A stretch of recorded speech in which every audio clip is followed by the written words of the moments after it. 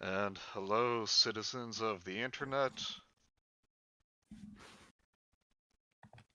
Hello. Hi. I'll get the link out.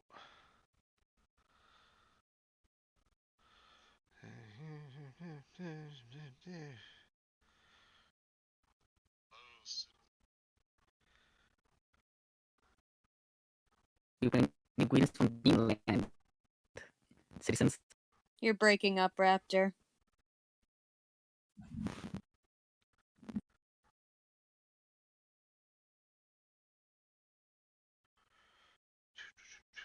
No, god damn it. There we go.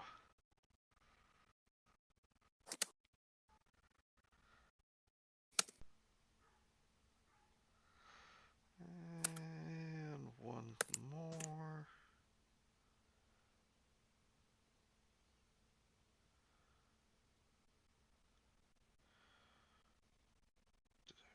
Messages.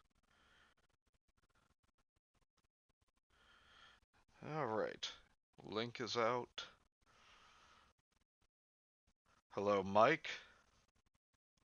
Hey, Mike. How it go?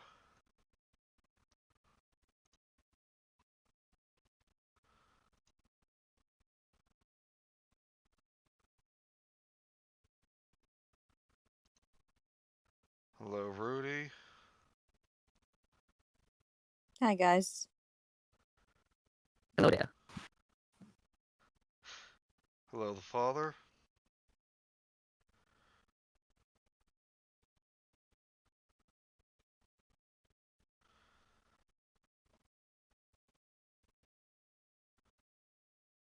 Hello, Kay. Hey, Kay.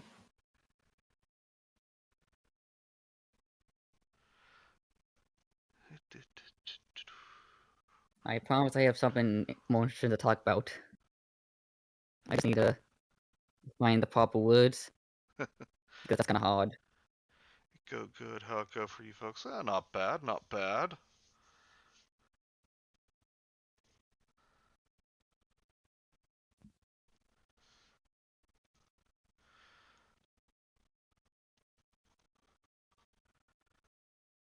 Okay, I do have something to talk about to fill up this space.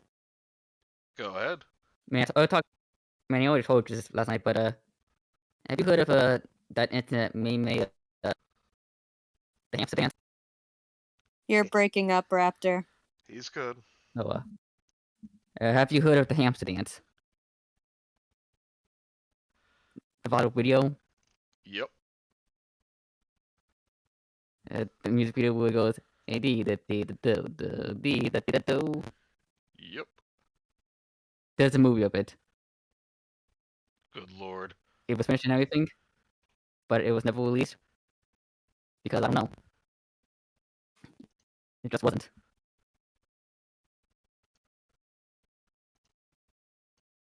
Why did I bring this up? I don't know. I just remembered it. Sounds like Thought it was launch interesting. party material to me. It does. If only I had coincidentally thought of that when I first told you about this via Yeah. DMs. I don't know what you're talking about. I was just speaking in hypotheticals.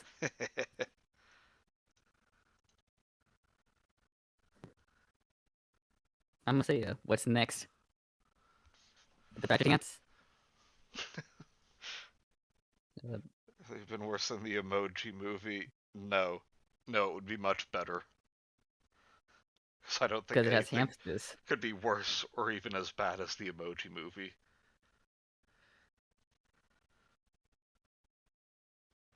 You're not long there. Don't say have no things con- that could probably be proven wrong. Don't tempt fate. Oh, you're right. There was Captain Marvel. And Shang-Chi. And the Eternals. Moon Knight, And probably. Halloween whatever the second word of that title was. A Halloween Kill still wasn't that bad. You got so mad you made it. You had to stream as soon as you got home. I didn't have to. I was just lonely.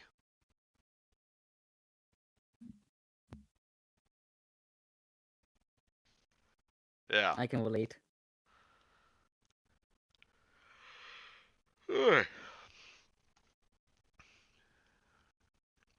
So, this evening we've got some good stuff for you. It's the first time I think that Hot Beans is going to actually be something good. It's going to Doesn't be. that kind of defeat the entire purpose? No, we've been over this. Well, Matt Henderson. That was good. Yep, I just Old liked Man it. Henderson was great. But it. Let's not pretend that our friends don't show up just for our misery. Anyway, we've got some Lovecraft and a webcomic from 2001 that I still love to this day. Halloween 2, The Streets. Ah, great. Now I'm thinking of Michael Myers dancing. Why you do this to me, Mike?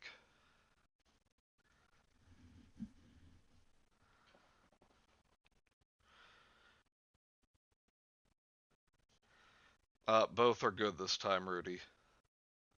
Just one is serious, one is funny.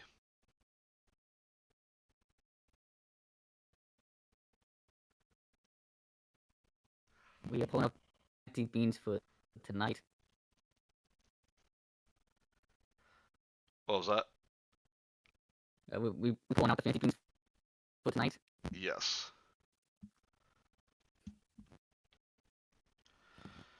So, for our first story for Lovecraft, we're going to be reading The Color Out of Space, which recently had a movie made for it, starring Nicolas Cage. Which I liked. It was very good. It was. I haven't, I know Elvis the Alien made a video on it and stuff. I haven't watched it yet because when I see that movie, I want to go in blind. Fair. And I really want to see it. Then you should I would check say it it out. won't disappoint. Is it on Netflix or anything? I think Hulu? it's on Prime. Oh, okay. I have Prime. What color is his cat?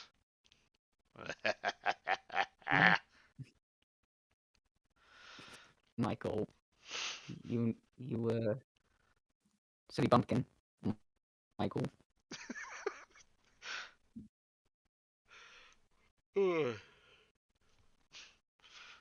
So, shall we begin? Yes. Alright, who's gonna go second? I will. Alrighty. What are we gonna do? 3? Yeah. The Color of Space. West of Arkham, the hills rise wild, and there are valleys with deep woods that no axe has ever cut.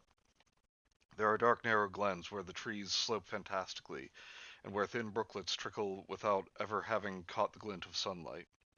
On the gentler slopes there are farms, ancient and rocky, with squat, moss-coated cottages brooding eternally over New England secrets in the lee of great ledges. But these are all vacant now, the wide chimneys crumbling and the shingled sides bulging perilously beneath low gramble roofs.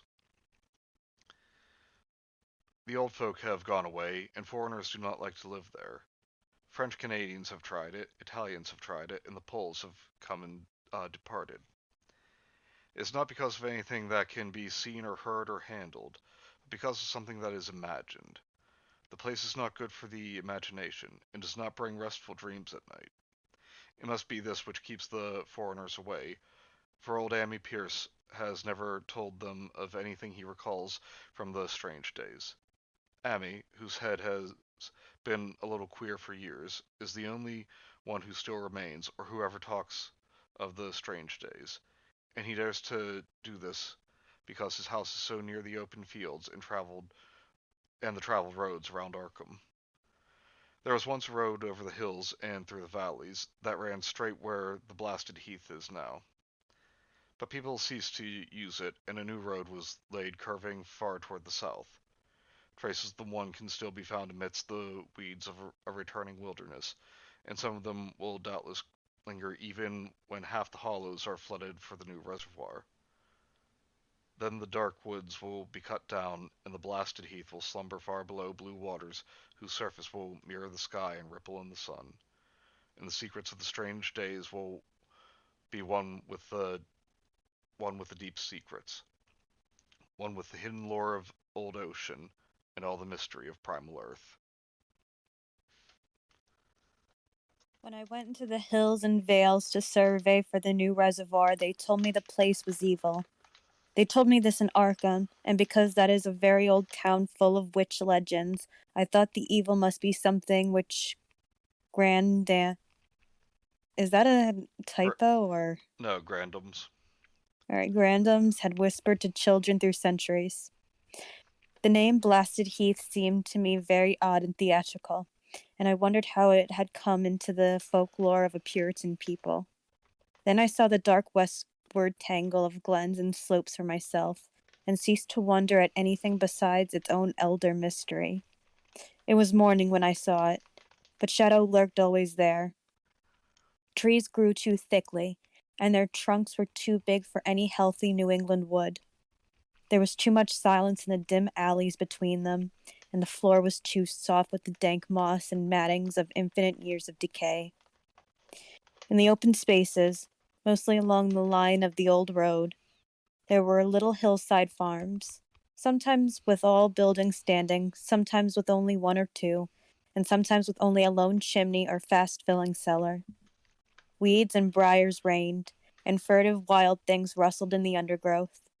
Upon everything was a haze of restlessness and oppression, a touch of the unreal and the grotesque, as if some vital element of perspective or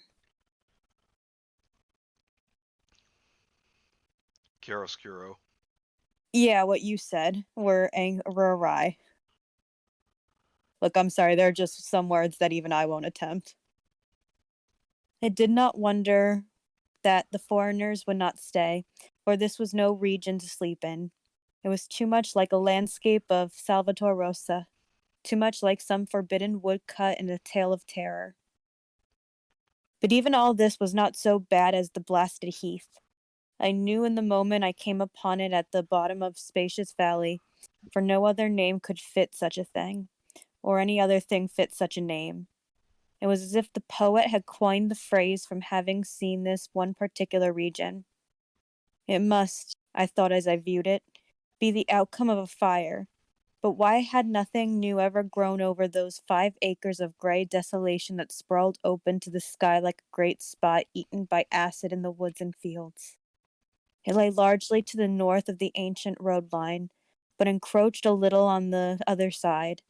I felt an odd reluctance about approaching, and did so at last only because my business took me through and past it. There was no vegetation of any kind on the broad expanse, but only a fine gray dust or ash which no wind seemed to ever blow about. The trees near it were sickly and stunted, and many dead trunks stood or lay rotting at the rim. As I walked hurriedly by, I saw the tumbled bricks and stones of an old chimney and cellar on my right, and the yawning black maw of an abandoned well whose stagnant vapors played strange tricks with the hues of the sunlight. Even the long, dark woodland climb beyond seemed welcome in contrast, and I marveled no more at the frightened whispers of Arkham people. There had been no house or ruin near. Even in the old days, the place must have been lonely and remote. And at twilight, dreading to repass that ominous spot, I walked circuitously back to the town by the curving road on the south. I vaguely wished some clouds would gather, for an odd timidity about the deep sky voids above had crept into my soul. In the evening, I asked old people in Arkham about the blasted heath, and what was meant by that phrase, strange days, which so many evasively muttered. I could not, however, get any good answers, except that all the mystery was much more recent than I had dreamed. It was not a matter of old legendary at all, but something within the lifetime of those who spoke. It had happened in the 80s, and the family had disappeared or was killed. Speakers will not be exact, and because they all had told me to pay no attention to the old Amy Pierce's crazy tales, I sought him out the next morning, having heard that he lived alone in the ancient Todwin cottage, where the trees first begun to get thick. It was a fearsomely archaic place, and had begun to exude the faint miasmo? Miasma. Miasma. Okay, miasma odor, which clings to houses that have stood too long. Only with persistent knocking could I rouse the aged man, and when he shuffled timidly through the door, I could tell he was not glad to see me. He was not so feeble as I expected, but his eyes drooped in a curious way, and his unkempt clothing and white beard made him seem very worn and dismal. Not knowing just how he could best be launched on his tales, I framed him out with business, told him of my surveying, and asked him vague questions about his district. He was a far brighter and more educated man than I had been led to think, and before I knew it, had grasped quite as much of the subject as any man I had talked with in Arkham. He was not like the other rustics I had known in the sections, but which was word to be. From him, there were no protests at the miles of the old wood and farmland to be blotted out. So perhaps there would have been no, perhaps there would have been had had not his home lain outside the bounds of the future lake. Belief was all that he shewed. Belief at the doom of the dark ancient valleys through which he had roamed all his life. They were better underwater now, better underwater since the strange days. And with this opening, his husky voice sank low while his body leaned forward, and his white forefinger began to point shakily and impressively. It was the story it was then that I heard the story, and as the rambling voice scraped and whispered on, I shivered again and again, despite the summer day. Often I had to recall the speaker from ramblings, piece out again and piece out scientific points which he knew only by a fading pallid memory of professor's talk, or bridge over gaps where his sense of logic and continuity had broke down. When he had done, I did not wonder that his mind had snapped a trifle, or that the folk of Arkham were not speaking much of blasted Heath. I'd hurried back before sunset to my hotel, unwilling to have the stars come out above me in the open, and the next day returned to Boston to give up my position. I could not go into that dim chaos of the old forest and stop again, or face another time that the grey blasted heath where the black well yawned deep beside the tumbling bricks and stones. The reservoir will soon be built now. Hang on.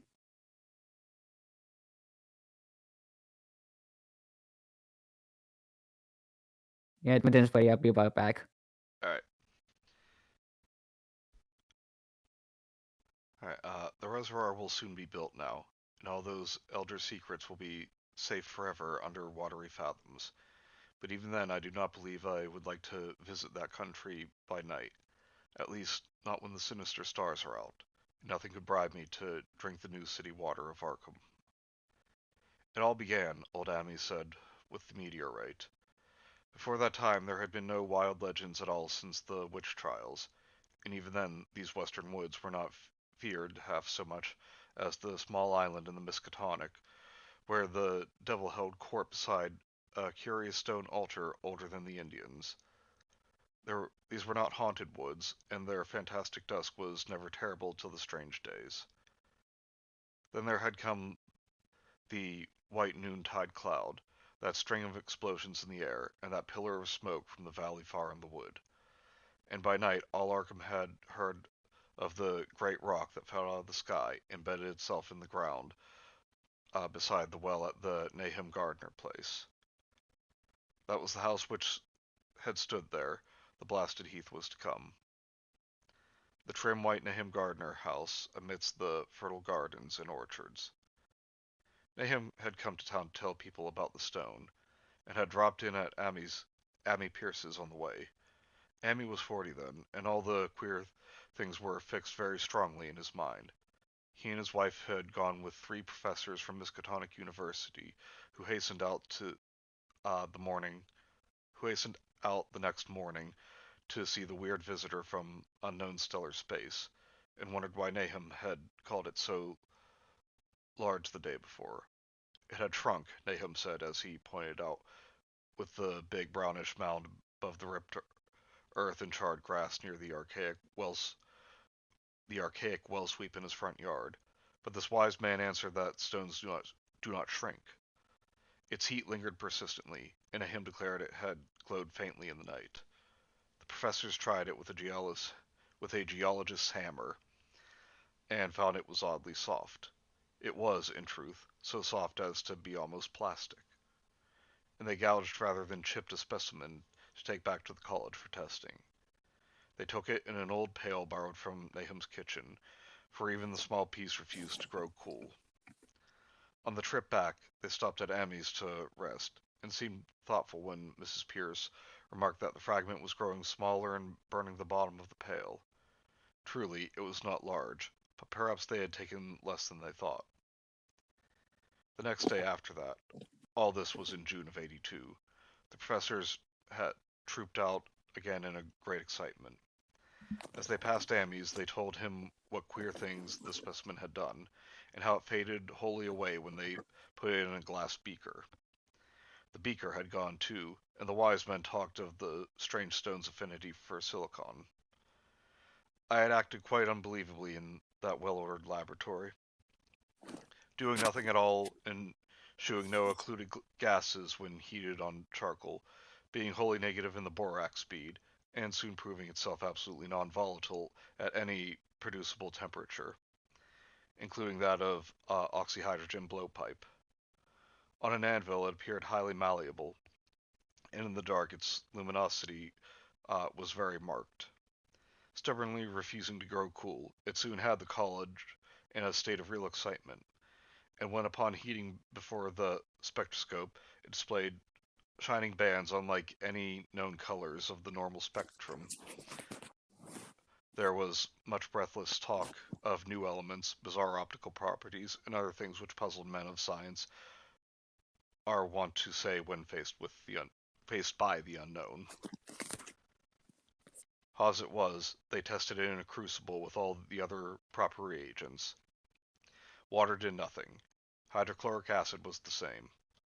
Nitric acid and even aqua regia merely hissed and spattered against its torrid invulnerability. Amy had difficulty in recalling all these things, but recognized some solvents as I mentioned them in the usual order of use. There were ammonia and caustic soda, alcohol and ether, noxious carbon disulfide, and a dozen others. But altogether, the weight grew steadily less as time passed, and the fragments seemed to be slightly cooling. There was no change in the solvents to shew that they had attacked the substance at all. It was a metal, though, beyond a doubt. It was magnetic, for one thing. And after its immersion in the acid solvents, there seemed to be faint traces of the Widmanstaden figures found on meteoric iron. When the cooling had grown very considerable, the testing was carried on in glass. And it was in a glass beaker that they left all the chips made of the original fragment during the work. The next morning, both chips and beaker were gone without trace, and only a charred spot marked the place on the wooden shelf where they had been. Sounding like that one puzzle on Amnesia. All this the professors told... How did we pronounce this name? Amy? Amy. Amy. as they passed at his door, and once more he went with them to see the stony messenger from the stars, though this time his wife did not accompany him. It had now most certainly shrunk, and even the sober professors could not doubt the truth of what they saw.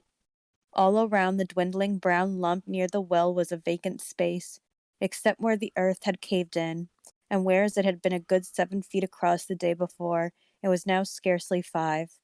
It was still hot, and the sages studied its surface curiously as they detached another and larger piece with a hammer and chisel.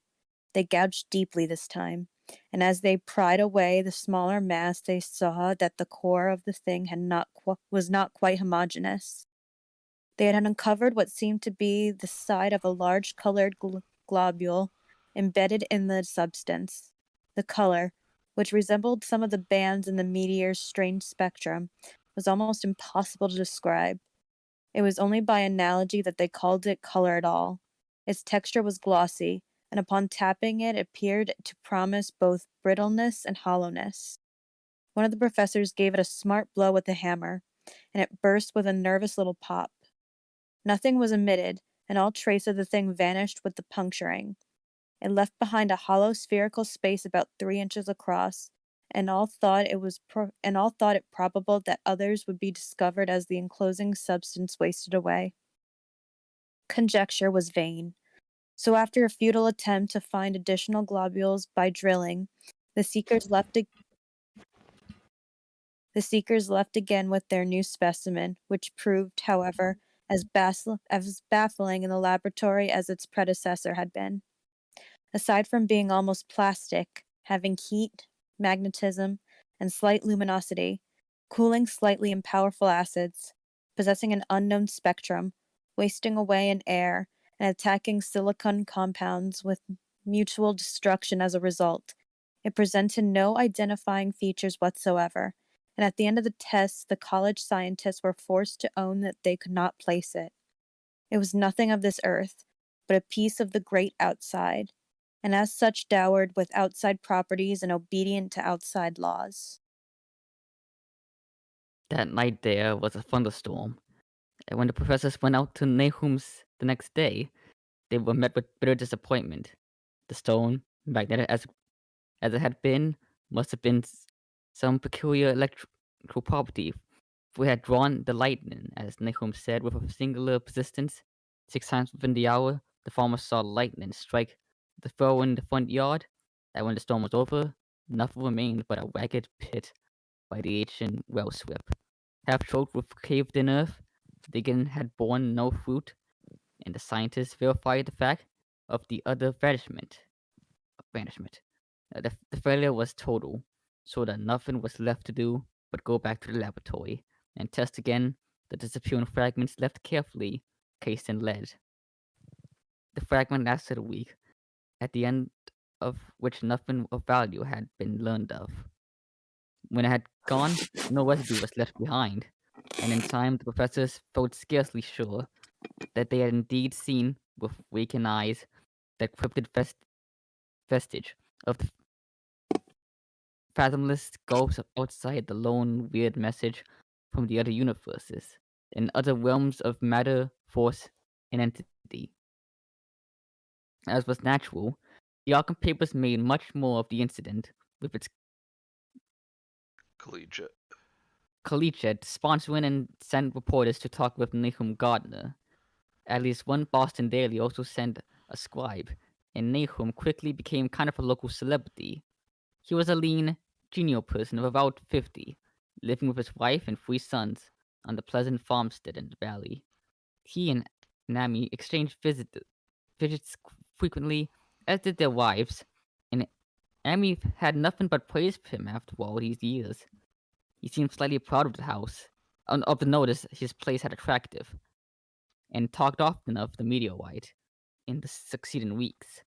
That July and August were hot, and Nahum worked hard at his haying in the 10-acre pasture across Chapman's Brook, his rattling wain wearing deep ruts in the shadowy lanes between. The labor tired him more than it had in the other years, and he felt that age was beginning to tell on him. Then fell the time of food and harvest. Pears and apples slowly ripened, and Nahum vowed that his orchards were prospering as never before. The food was grown to phenomenal size and unwanted gloss, and in such abundance that extra barrels were ordered to handle the future crops. But with the ripening came sore disappointment, for all that gorgeous array of specious lushness, not one single draught was fit to eat. Into the fine flavor of the pears and apples had crept a stealthy bitterness and sickishness, so that even the smallest of bites induced a lasting disgust. It was the same with all the melons and tomatoes, and Nahum sadly saw that his entire crop was lost. Quick to connect these events, he declared that the meteorite had poisoned the soil, and thanked heaven that most of the other crops were in the upland and lot along the road. Winter came early and was very cold. Amy saw Nahum less often than usual and observed that he had begun to look worried. The rest of his family, too, seemed to have grown taciturn, and were far from steady in their church-going or their attendance at the various social events of the countryside. For this reserve or melancholy no cause could be found, though all the household confessed now and then to poorer health and a feeling of vague disquiet. Nahum himself gave the most definite statement of anyone when he said he was disturbed about certain footprints in the snow. They were the usual winter prints of red squirrels, white rabbits, and foxes, but the brooding farmer professed to see something not quite right about their nature and arrangement. He was never specific, but appeared to think that they were not as characteristic of the anatomy and habits of squirrels and rabbits and foxes as they ought be. Hammy listened without interest to this talk until one night when he drove past Nahum's house in his sleigh on the way back from Clark's Corners. There had been a moon, and a rabbit had run across the road, and the leaps of that rabbit were longer than either Amy or his horse liked. The latter, indeed, had almost run away when brought up by a firm rein. Thereafter, Amy gave Nahum's tales more respect, and wondered why the gardener dog seemed so cowed and quivering every morning. They had, it developed, nearly lost the spirit to bark. In February, the McGregor boys from Meadow Hill were out shooting woodchucks, and not far from the gardener place bagged a very peculiar specimen. The proportions of its body seemed slightly altered in a queer way impossible to describe, while its face had taken on an expression which no one ever saw in a woodchuck before. The boys were genuinely frightened, and threw the thing away at once, so that only their grotesque tales of it ever reached the people of the countryside. But the shying of the horses near Nahum's house had now become an acknowledged thing, and all the basis for a cycle of whispered legend was fast taking form. People vowed that the snow melted faster around Nahum's than it did anywhere else, and early in March there was an odd discussion in Potter's General Store at Clark's Corners. Stephen Rice had driven past Gardner's in the morning, and had noticed the skunk cabbages coming up through the mud by the woods across the road. Never were things of such size seen before, and they held strange colors that could not be put into words. Their shapes were monstrous, and the horse had snorted out an odor which struck Stephen as wholly unprecedented. That afternoon, several persons drove past to see the abnormal growth, and all agreed that plants of that kind ought never to sprout in a healthy world. The bad fruit of the fall before was freely mentioned, and it went from mouth to mouth that there was poison in Nahum's ground. Of course, it was the meteorite. In remembering how strange the men from the college had found that stone to be, several farmers spoke about the matter to them. One day they paid, how are we pronouncing it again? Nahum A visit. But having no love of wild tales and folklore, were very conservative in what they inferred. The plants were certainly odd, but all skunk cabbages are more or less odd in shape and odor and hue. Perhaps some mineral element from the stone had entered the soil, but it would soon be washed away. And as for the footprints and frightened horses, Of course, this were mere country talk with such a phenomenon as the aerolite would be certain to start. There was really nothing for serious men to do in cases of wild gossip, for superstitious rustics will say and believe anything. And so, all through the strange days, the professors stayed away in contempt. Only one of them, when given 2 files of dust for analysis in a police job over a year and a half later, recalled that the queer color of that skunk cabbage had been very like one of the anomalous bands of light shown by the meteor fragment in the college spectroscope, and like the brittle globule found embedded in the stone from the abyss. The samples in the analysis case gave the same odd bands at first, though later they lost the property. The trees budded prematurely around. What is it again?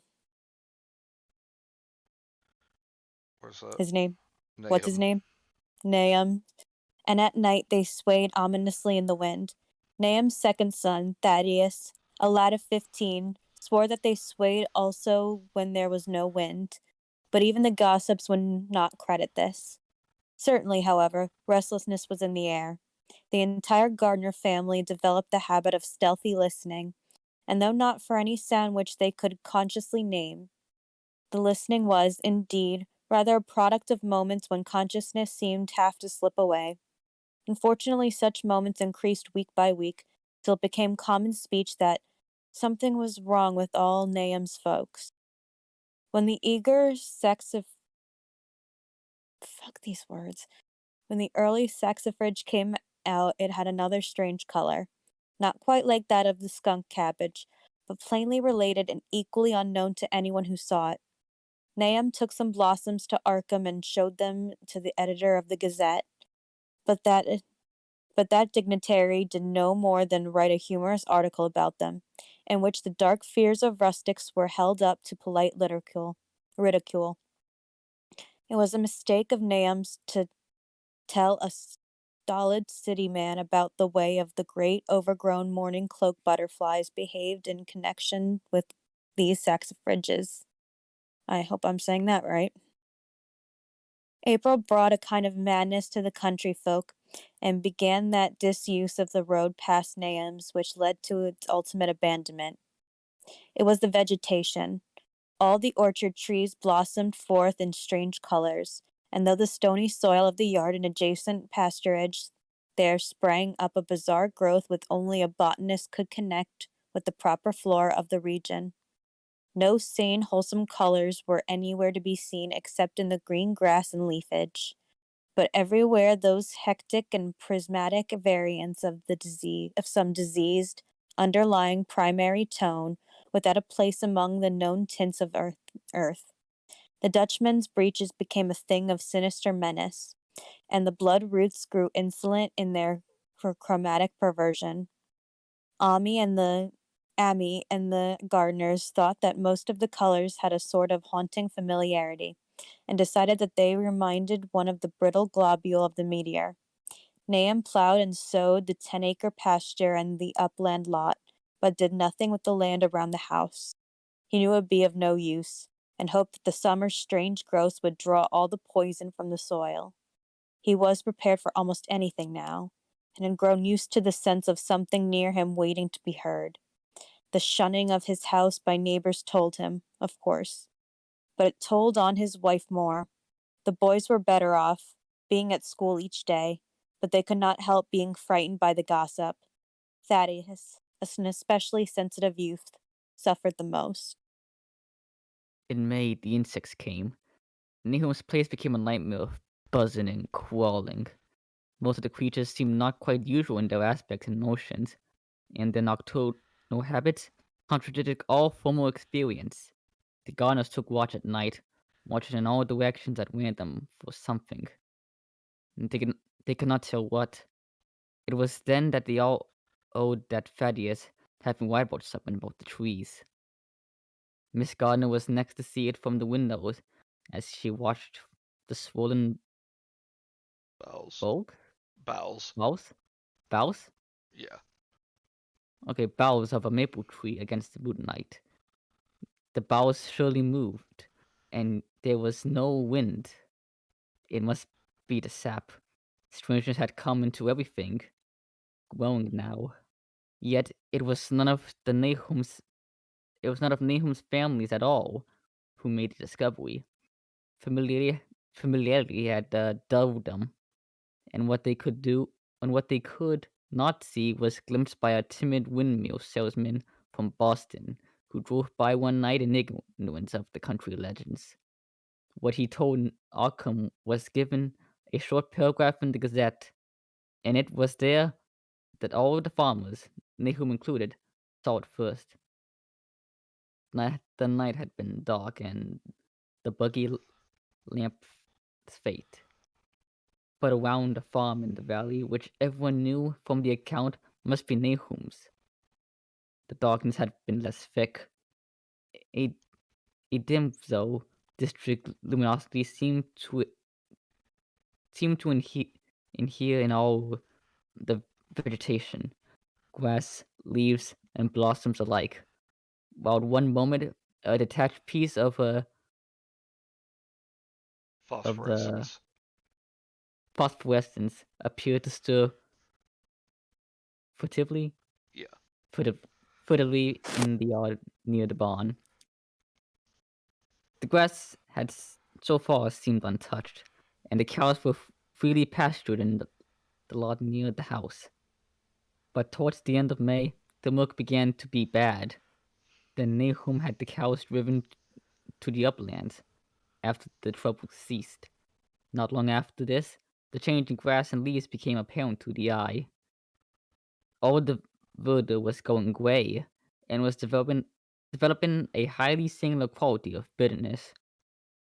Amy was the only person who ever visited the place, and his visits were becoming fewer and fewer. When school closed, the gardeners were virtually cut off from the world, and sometimes let Amy do their errands in town. They were failing curiosity both physically and mentally, and no one was surprised when the news of Miss Gardner's madness stole around. It happened in June, for the anniversary of the meteor's fall, and the poor woman screamed about things in the air which she could not describe. In her raving there was not a single specific noun, but only verbs and pronouns. And something was taken away. Something was being drained of something. Something was fastening itself on her that ought not to. Someone must make it keep off. Nothing was ever still in the night. The walls and windows shifted, and Nahum did not send her to the country asylum, but let her wander about the house as long as she was harmless to herself and others. Even when her expression changed, he did nothing. But when the boys grew afraid of her, and Thaddeus nearly fainted at the way she made faces at him, he decided to keep her locked in the attic. By July, she had ceased to speak and crawled on fours, and before that month was over, Nahum got the mad notion that she was slightly luminous in the dark, as he clearly saw was the case with the nearby vegetation. It was a little before this that the horses had stampeded. Something had aroused them in the night, and their neighing and kicking in the stalls had been terrible. There seemed virtually nothing to do to calm them, and when Nahum opened the stable door, they all bolted out like frightened woodland deer. It took a week to track all four, and when found they were seen to be quite useless and unmanageable. Something had snapped in their brains, and each one had to be shot for its own good. Nahum borrowed a horse from Ami for his haying, but found it would not approach the barn. It shied, balked, and whinnied, and in the end he could do nothing but drive it into the yard while the men used their strength to get the heavy wagon near enough the hayloft for convenient pitching. And all the while the vegetation was turning gray and brittle. Even the flowers whose hues had been so strange were graying now, and the fruit was coming out gray and dwarfed and tasteless. The asters and goldenrod bloomed gray and distorted, and the roses and zinnias and hollyhocks in the front yard were such blasphemous-looking things that Nahum's oldest boy, Zinus, cut them down. The strangely puffed insects died about that time, even the bees that had left their hives and taken to the woods. By September, all the vegetation was fast crumbling to a grayish powder, and Nahum feared that the trees would die before the poison was out of the soil. His wife now had spells of terrific screaming, and he and the boys were in a constant state of nervous tension. They shunned people now, and when school opened the boys did not go.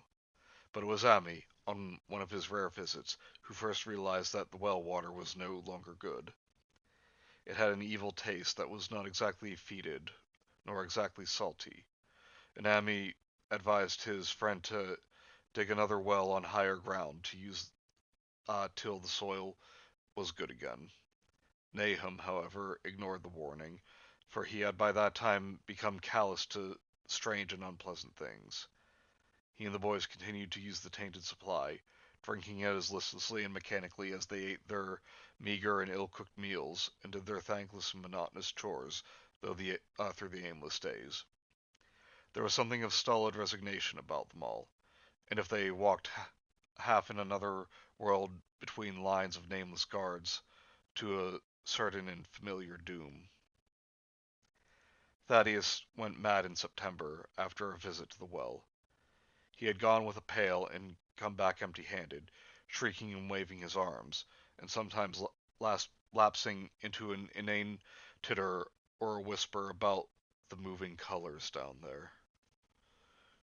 2 in 1 family was pretty bad, but Nahum was very brave about it. He let the boy run about for a week until he began stumbling and hurting himself, and then shut him in the attic room across the hall from his mother's. The way they screamed at each other from behind their locked doors was very terrible, especially to little Merwin, who fancied they talked in some terrible language that was not of Earth. Merwin was getting frightfully imaginative, and his restlessness was worse after the shutting away of the brother who had been his greatest playmate. Can I just pause to ask why everyone's solution to insanity back then was just lock him in the attic? Dunno. Almost at the same time, the mortality among the livestock commenced.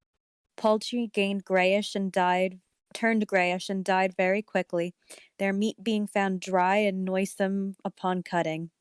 Hogs grew inordinately fat, and suddenly began to undergo loathsome changes which no one could explain. Their meat was of course useless, and Nahum was at his wit's end. No rural veterinary could approach his place, and the city veterinarian from Arkham was openly baffled. The swine began growing gray and brittle and falling to pieces before they had died, and their eyes and muzzles developed singular alterations. It was very inexplicable, for they had never been fed from the tainted vegetation. Then something struck the cows. Certain areas or sometimes the whole body would be uncannily shriveled or compressed, and atrocious collapses and disintegrations were common. In the last stages, and death was always the result, there would be a graying and turning brittle like that which beset the hogs. There could be no question of poison, for all the cases occurred in a locked and undisturbed barn. No bites of prowling things could have brought the virus. And for what live beast on earth can pass through solid obstacles? It must be only natural disease, and yet what disease could wreak such results was beyond anyone's guessing. When the harvest came, there was not an animal surviving on the place, for the stock and poultry were dead and the dogs had run away. These dogs, 3 in number, had all vanished one night and were never heard of again. The 5 cats had left some time before, but their going was scarcely noticed since there now seemed to be no mice, and only Mrs. Gardner had made pets of the graceful felines. On the 19th of October, Nahum staggered to Ami's house with hideous news. The death had come to poor Thaddeus in the attic room, and had come in a way which could not be told. Nahum had dug a grave in the railed family plot behind the farm, and had put therein what he found. There could have been nothing from outside, for the small barred window and locked door were intact, but it was much as it had been in the barn. Amy and his wife consoled the stricken man as best they could, but shuddered as they did so. Stark terror seemed to cling round the gardeners and all they touched, and the very presence of one in the house was a breath from regions unnamed and unnameable. Amy accompanied Nahum home with the greatest reluctance, and did what he might to calm the hysterical, sobbing little Merwin. Zenas needed no calming. He had come of late to do nothing but stare into space and obey what his father told him, and Amy thought that his fate was very merciful. Now and then Merwin's screams were answered faintly from the attic, and in response to an inquiring look from Nahum, said that his wife was getting very feeble. When night approached, Amy managed to get away, for not even friendship could make him stay in that spot when the faint glow of vegetation began and the trees may or may not have swayed without wind. It was very lucky for Amy that he was not more imaginative. Even as things were, his mind was bent ever so slightly, but had he been able to connect and reflect upon all the portents around him, he may inevitably have turned a total maniac. In the twilight he hastened home, the screams of the mad woman and the nervous child ringing horribly in his ears. Days later, Nahum lurched into Amy's kitchen in the early morning, and in the absence of his host stammered about a desperate tale once more, while Mrs. Pierce listened in a clutching fright. It was little Merwin this time. He was gone. He had gone out late at night with a lantern and pail for water, and had never come back. He was going to pieces for days, and hardly knew what he was about. Screamed at everything. There had been a frantic shriek in the yard then, but before the father could get to the door, the boy was gone. There was no glow from the lantern he had taken, and of the child himself no trace. At the time, Nahum thought the lantern and pail were gone too, but when dawn came and the man had plodded back from his all-night search of the woods and fields, he had found some very curious things near the well. There was a crushed and apparently somewhat melted mass of iron, which had certainly been the lantern, while a bent bale and twisted iron hoops beside it, both half-fused, seemed to hint at the remnants of the pail. That was all. Nahum was past imagining, Mrs. Pierce was blank, and Amy, when he had reached home and heard the tale, could give no guess. Merwin was gone, and there would be no use in telling people around, who shunned all gardeners now. No use either in telling the city people at Arkham who laughed at everything. Thad was gone, and now Merwin was gone. Something was creeping and waiting to be seen and felt and heard. Nahum would go soon, and he wanted Amy to look after his wife and Zenas if they survived him. It must have been a judgment of some sort, though he could not fancy what for, since he had always walked uprightly in the Lord's ways so far as he knew. For over 2 weeks, Amy saw nothing of Nahum. Then, worried about what might have happened, he overcame his fears and paid Gardner a visit. There was no smoke from the great chimney, and for a moment, the visitor was apprehensive of the worst. The aspect of the whole farm was shocking. Grayish withered grass, and leaves on the ground, vines fallen in brittle wreckages from archaic walls and gables, Gables. gables, and great bare trees clawing up the grey November sky with a studded malevolence which Amy could not but feel had come from some subtle change in the tilt of the branches. But Nahum was alive after all. He was weak and lying on the couch in the low-ceilinged kitchen, but perfectly conscious and able to give simple orders to Zenith. The room was deadly cold, but as Emily visibly shivered, the host shouted huskily to Zenith for more wood. Wood indeed was sorely needed, since the cavernous fireplace was unlit and empty, with a cloud of soot blowing about in the chill wind that came down from the chimney. Presently, Nahum asked him if the extra wood had made him any more comfortable. And then Amy saw what had happened. The stoutest cord had been broken at last, and the harpist father's farmer's mind was proof against more sorrow. Questioning tactfully, Amy could get no clear data about the missing Zenith. In the well, he lives in the well. Was all he was all that the Cloud Father would tell. Then there had flashed across the visitor's mind a sudden thought of the mad wife, and he changed his line of inquiry. Nabby, why here she is, was the surprised response of poor Nahum. Nahum soon saw that he must search for himself. Leaving the harmless babbler on his couch, he took the keys from their nail beside the door and, and climbed the creaking stairs to the attic. It was very cold and noisome. Yeah. Oh, okay. Noisome up there, and no sound could be heard from any direction. Of the 4 doors in sight, only one was locked on this. He tried various keys on the wing he had taken. The third key proved the right one, and after some fumbling, Amy threw open the low white door. It was quite dark inside, for the window was small and half obscured by the crude wooden bars, and Amy could see nothing at all on the wooden plank door. The stench was beyond enduring, and before proceeding further, he had to retreat to another room and return with his lungs filled with breathable air. When he did, he saw something in the dark, and upon seeing it more clearly, he screamed outright. While he screamed, he thought momentarily.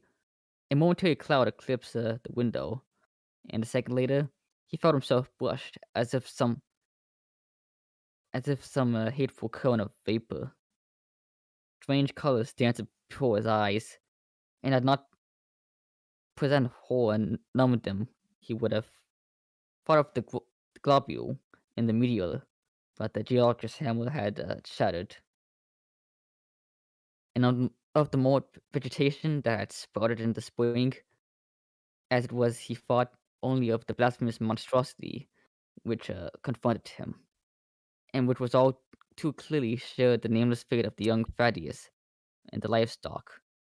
But the terrible thing about this horror was that it very slowly and perceptibly moved as if it continued to crumble. Amy would give me no added particulars to this scene, but the shape in the corner does not reappear in his tale as a moving object. There are things which cannot be mentioned, and what is done in common humanity is sometimes cruelly judged by the law. I gathered that no moving thing was left in the attic room, and that to leave anything capable of motion there would have been a deed so monstrous as to damn any accountable being to eternal torment. Anyone but a stolid farmer would have fainted or gone mad. But Amy walked conscious through that low doorway and locked the accursed secret behind him. There would be Nahum to deal with now. He must be fed and tended and removed to some place where he could be cared for. Commencing his descent of the dark stairs, Amy heard a thud below him. He even thought a scream had been suddenly choked off, and recalled nervously that the clammy vapor which had brushed by him in the frightful room above. What presence had his cry and entry stirred up? Halted by some vague fear, he heard still further sounds below. Indubitably there was a sort of heavy dragging, and most detestably sticky noise as of some fiendish and unclean species of suction.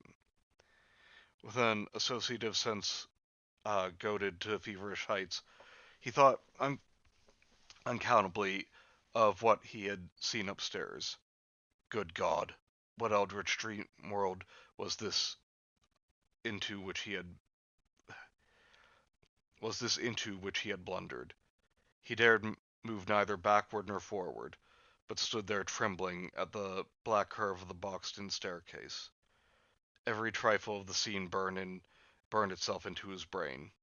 The sounds, the sense of dread expectancy, the darkness, the steepness of the narrow steps, and merciful heaven. the faint but unmistakable luminosity of all the woodwork in sight, steps, sides, exposed laths, and beams alike. Then there burst forth a frantic whinny from Amy's horse outside, followed at once by a clatter which told of a frenzied runaway. In another moment, horse and buggy had gone beyond earshot, leaving the frightened man on the dark stairs to guess what had sent them. But that was not all. There had been another sound out there, a sound of liquid splash, water. It must have been the well. He had left Hero untied near it, and the buggy wheel must have brushed the coping and knocked in a stone. And still the pale phosphorescence glowed in that detestably ancient woodwork. God, how old the house was. Most of it built before 1670, and the gambrel roof not later than 1730.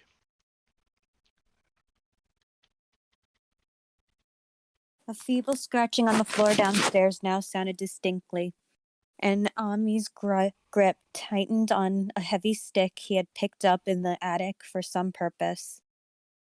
Slowly nerving himself, he finished his descent and walked boldly toward the kitchen.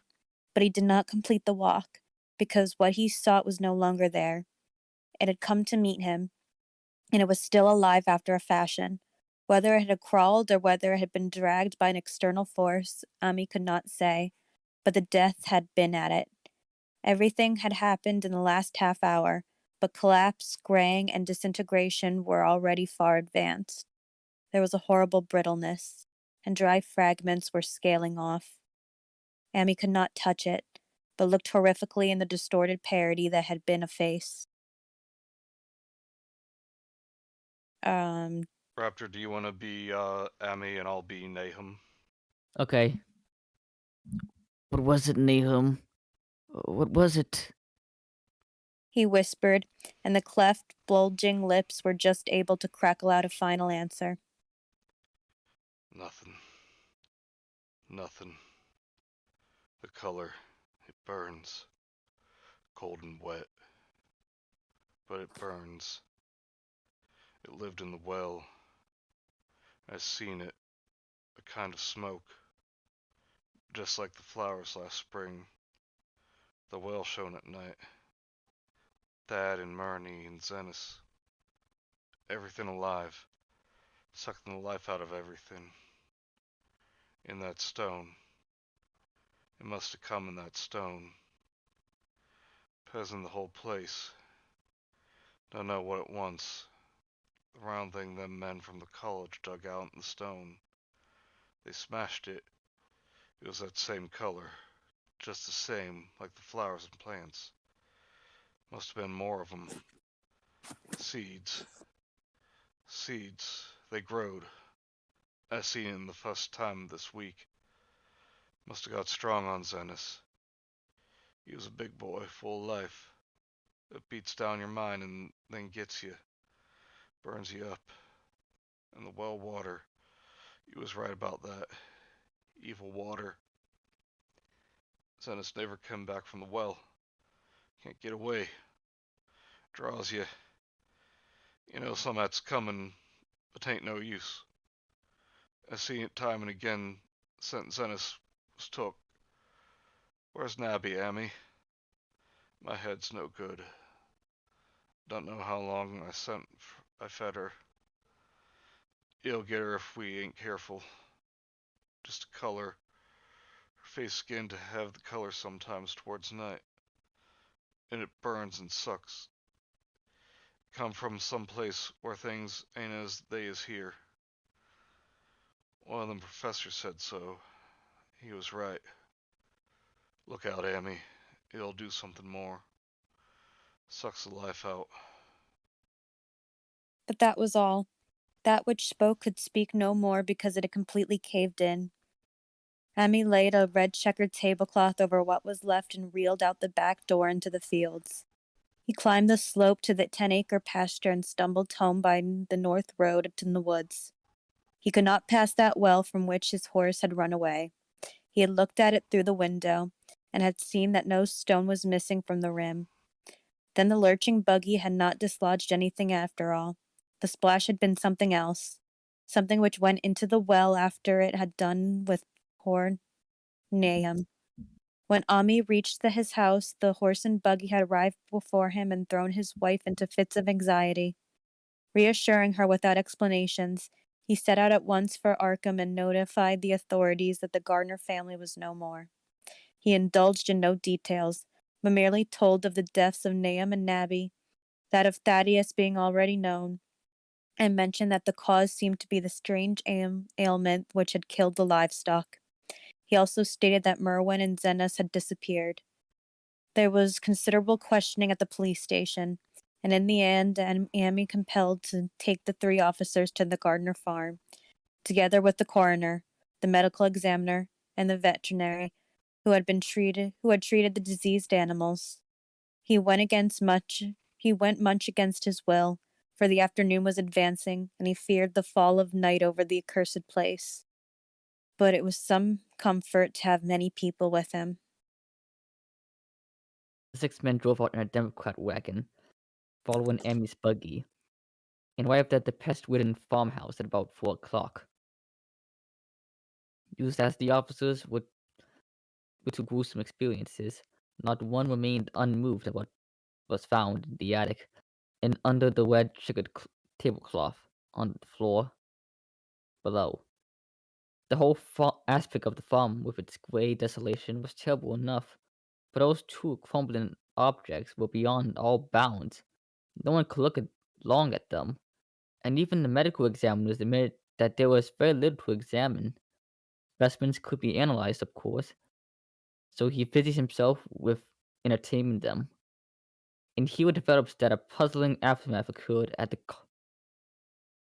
colleague laboratory, where the 2 vials of dust were finally taken. Under the spectroscope, both samples gave off an unknown spectrum, in which many of the baffling bands were precisely like those which the strange meteor had yielded in the previous year. The property of emitting this spectrum vanished in a month. The dust therefore consisted mainly of alkaline phosphate and carbonites. Amy would not have told the men about the well if he had thought they meant to do anything then and there.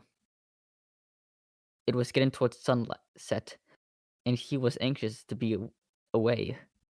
But he could not help then. No, he could not help glancing nervously at the stony curb by the great sweep. And the detective questioned him. He admitted that Nahum had feared something down there, so much so that he never even thought of searching it for Merwin and Dennis. After that, nothing would do but they empty and explore the well immediately. So Amy had to wait trembling while pail after pail of rainwater was hauled up and splashed on the soaking ground outside. The men sniffed in disgust at the fluids, and towards the last held their noses against the foider they were uncovering. Huh? Fetter. Oh, feather they were uncovering. It was not so long a job as they feared. It would be since the water was phenomenally low. There was no need to speak too exactly of what they found. Merwin and Zenith were both there, in part, though the vestiges were mainly skeletal. There were also a small number of deer and large dog in about the same state, and a number of bones of a small man who descended on handholds with a long pole that he could sink the wooden shaft to any depths in the mud of the floor without needing any sort of obstruction. Twilight had now fallen on the lanterns and lanterns were brought from the house. Then, when it was seen that nothing further could be gained from the well, everyone went indoors and conferred in the ancient sitting room, while intermittent light of spectral half-moons played wanly on the grey desolation outside. The men were frankly nonplussed by the whole entire case, and they and could find no convincing common element to link the strange vegetable conditions, the unknown disease of livestock and humans, and the unaccountable death of Merwin and Dennis in the tainted well. They had heard the common country talk. It is true, they could not believe that anything contrary to natural law had occurred. No doubt the media had poisoned the soil, but the illness of the persons and the animals who had eaten nothing in that soil was another matter. Was it the well water? Very possibly. It might be a good idea to analyze it, but what particular madness could have both boys jumped into the well? Their deeds were so similar, and the fragments showed that they had both suffered from grey, brittle death. Why was everything so grey and brittle? It was the coroner, seated near a window overlooking the yard, who first noticed the glow about the well.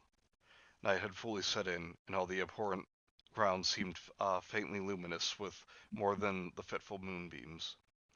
But this new glow was something definite and distinct, and appeared to shoot up from the black pit like a softened ray of a searchlight, giving dull reflections in the little ground pools where the water had been emptied. It had a very queer color, and as all the men clustered round the window, Amy gave a violent start. For this strange beam of ghastly miasma was to him of no unfamiliar hue. He had seen that color before, and feared to think what it might mean. He had seen it in the nasty brittle globule in that aerolite 2 summers ago, had seen it in the crazy vegetation of the springtime, and had thought he had seen it for an instant that very morning against the small barred window of that terrible attic room where nameless things had happened. It had flashed there a second, and a clammy and hateful current of vapor had brushed past him, and then poor Nahum had been taken by something of that color. He had said so at the last, said it was the globule in the plants. After that had come the runaway in the yard and the splash in the wall. And now that well was belching forth to the night a pale insidious beam of the same demonic tint. It does credit the alertness of Amy's mind that he puzzled even at the tense moment over a point which was essentially scientific. He could not but wonder at his gleaning of the same impression from a vapor glimpsed in the daytime against a window opening on the morning sky, and from a nocturnal exhalation seen as a phosphorescent mist against the black and blasted landscape. It wasn't right. It was against nature. And he thought those terrible last words of his stricken friend. You come from some place where things ain't as they is here. One of them professors said so. All 3 horses outside, tied to a pair of shriveled saplings by the road, were now neighing and pawing frantically. The wagon driver started for the door to do something, but Amy laid a shaky hand on his shoulder. Raptor. Huh? This is, Amy. Okay. Don't go there. He whispered. There's more to this. Know what we know. And Nahum said something. Lived in the well. That sucks your life out. He says it must be growing that from a round ball like the one we seen in the media. Stone that fell a year ago, June. Sucks and burns. He said, and it's just a cloud of color, like the light out there now. That you can hardly see and can't tell what it is. Nahum thought it feeds on everything living. It gets stronger all the time. He says he's seen it this last week. It must be something from away off in the sky, like the men from the college the last year said. The meteor stone was the way it's made and the way it works, and like no way or God's word or something. It's something from beyond, man. So the men passed indecisively as the light from the well grew stronger, and the hitched horses pawed and whinnied in increasing frenzy. It was truly an awful moment, with terror in that ancient and accursed house itself, four monstrous sets of fragments, two from the house and two from the well, in the woodshed behind, and that shaft of unknown and unholy iridescence from the slimy depths in front. Amy had restrained the driver on impulse, forgetting how uninjured he himself was after the clammy brushing of that colored vapor in the attic room, but perhaps it was just as well that he acted as he did. No one will ever know what was abroad that night, and though the blasphemy from beyond had not so far hurt any human of unweakened mind, there is no telling what it might not have done at that last moment. And with its seemingly increased strength and the special signs of purpose it was soon to display beneath the half-clouded moonlit sky. All at once, one of the detectives at the window gave a short, sharp gasp. The others looked at him, and then quickly followed his own gaze upward to the point at which its idle straying had been suddenly arrested. There was no need for words. What had been disputed in country gossip was disputable no longer, and it is because of the thing which every man of that party agreed in whispering later on that the strange days are never talked about in Arkham. It is necessary to premise that there was no wind at that hour of the evening. One did arise not long afterward, but there was absolutely none then. Even the dry tips of the lingering hedge mustard, grey and blighted, and the fringe on the roof of the standing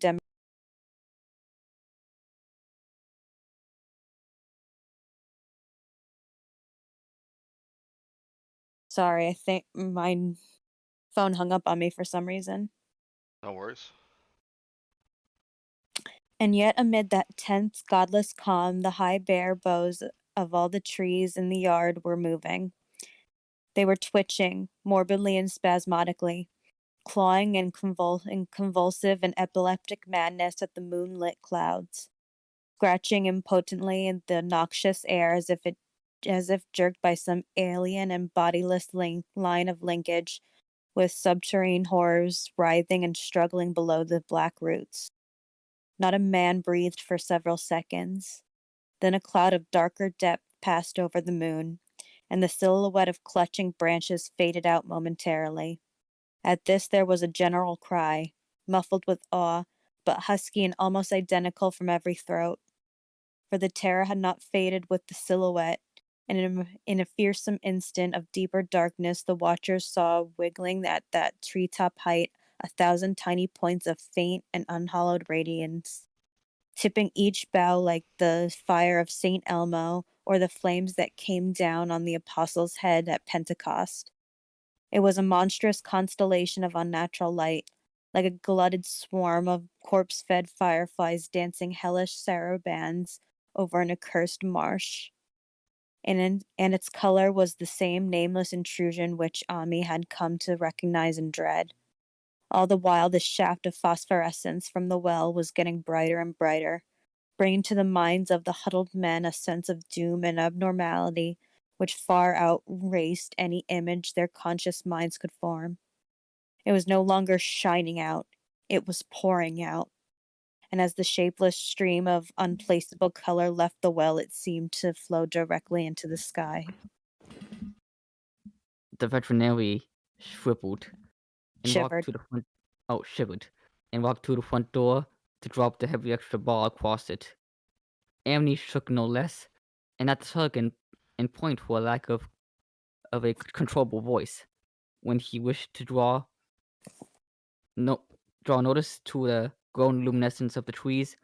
The neighing and stamping of the horses had become utterly frightful, but not a soul in that group in the old house would have ventured forth for any earthly reward. With the moments, the shining of the trees increased, and their wethless branches seemed to strain more and more towards verticality.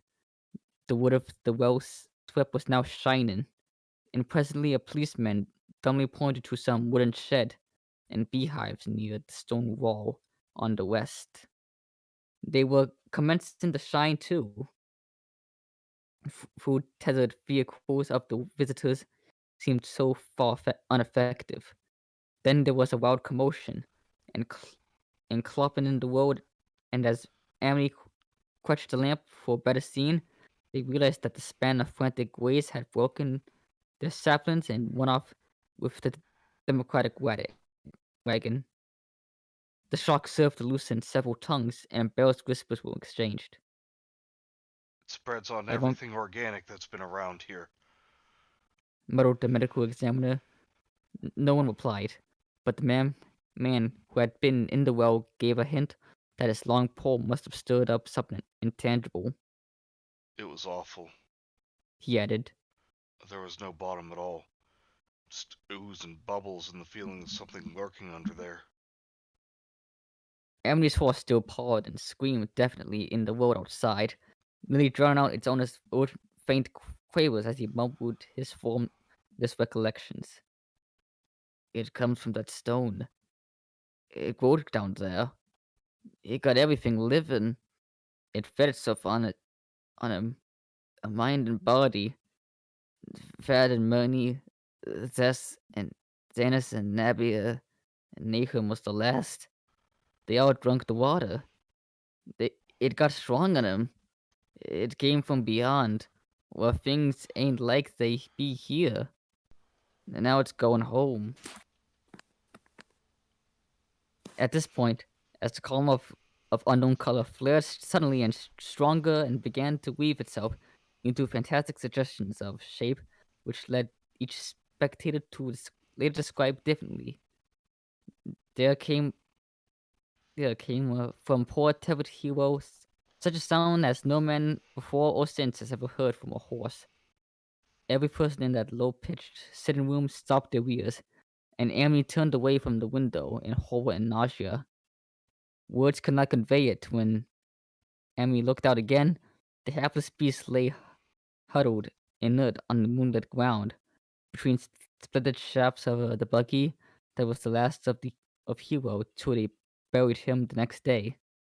But the present was no time to mourn, for almost at this instant a s- detective silently called attention to something terrible in the very room with them. In the absence of the lamplight, it was clear that a faint. I will say that again. Thank you. Phosphorescence. Phosphorescence has begun to pervade the entire apartment. It glowed on the flawed plank floor, and the fragments of the rag carpet shimmered over the slashes of the small paned windows. It ran up and down the exposed corner post, Coruscated. coruscated about the shelf and mantel, and affected the very doors and furniture. Each each window saw it strengthen, and at last it was very plain that healthy living things must leave the house. Amy showed them the back door and the path through the fields to the 10-acre pasture. They walked and stumbled as in a dream, and did not dare look back till they were far away on the high ground. They were glad of the path, for they could not have gone the front way by the well. It was bad enough passing the glowing barn and sheds, and those shining orchard trees with their gnarled, fiendish contours. But thank heaven the branches did their worst twisting high up. The moon went under some very black clouds as they crossed the rustic bridge over Chapman's Brook, and it was blind groping from there to the open meadows. When they looked back toward the valley and the distant Gardner place at the bottom, they saw a fearsome light. All the farm was shining with a hideous unknown blend of color, trees, buildings, and even such grass and herbage as had not been wholly changed to lethal gray brittleness. The boughs were all straining skyward, tipped with the tongues of foul flame, and lambent tricklings of the same monstrous fire were creeping out the ridgepoles of the house, barn, and sheds. It was a scene from a vision of Fuseli, and over all the rest reigned the riot of luminous amorphousness, the alien and undimensioned rainbow of cryptic poison from the well, seething, feeling, lapping, reaching, scintillating, straining, and malignly bubbling in its cosmic and unrecognizable chromaticism. Then, without warning, the hideous thing shot vertically up toward the sky, like a rocket or meteor, leaving behind no trail and disappearing through a round and curiously regular hole in the clouds before any man could gasp or cry out. No watcher can ever forget that sight, and Hemi stared blankly at the stars of Cygnus, Deneb twinkling above the others, and without color had melted into the Milky Way. But his gaze was the next moment called swiftly to earth by the crackling in the valley. It was just that. Only a wooden rippling and crackling, and not an explosion, as so many others of the party vowed. Yet the outcome was the same, for in one feverish, kaleidoscopic instant there burst up from the doomed and accursed farm a gleamingly eruptive cataclysm of unnatural sparks and substance, blurring the glance of the few who saw it, and sending forth to the zenith of a bombarding cloudburst of such colored and fantastic fragments as our universe must needs disown. Through quickly reclosing vapors, they followed the great morbidity that had vanished, and in another second they had vanished too. Behind and below was only a darkness to which the men dared not return, and all about was a mounting wind which seemed to sweep down in black frore gusts from interstellar space. It shrieked and howled, and lashed the fields and distorted woods in a mad cosmic frenzy, till soon the trembling party realized it would be no use waiting for the moon to show what was left down there at Nahum's. Too awed even to hint theories, the 7 shaking men trudged back towards Arkham by the north road. Ami was worse than his fellows, and begged them to see him inside his own kitchen, instead of keeping straight on to town. He did not wish to cross the nighted, wind-whipped woods, alone to his home on the main road, for he had an added shock that the others were spared, and was crushed forever with a brooding fear he dared not even mention for many years to come. As the rest of the watchers on the tempestuous hills had stolidly set their faces toward the road, Ami had looked back an instant at the shadowed valley of desolation so lately sheltering his ill-starred friends. And from that stricken, faraway spot he had seen something feebly rise, only to sink down again upon the place from which the great shapeless horror had shot into the sky. It was just a color, but not any color of our earth or heavens. And because Ami recognized that color, and knew that this last faint remnant must still lurk down there, in the well, he had never been quite right since. Ami would never go near that place again. It is over half a century now since the horror happened, but he has never been there, and will be glad when the new reservoir blots it out. I shall be glad too, for I do not like the way the sunlight changed color around the mouth of that abandoned well I passed. I hope the water will always be very deep, but even so, I shall never drink it. I do not think I shall visit the Arkham country the hereafter. 3 of the men who had been with Ami returned the next morning to see the ruins by daylight, but there were not any real ruins. Only the bricks of the chimney, the stones of the cellar, some mineral and metallic litter here and there, and the rim of the nefandous well.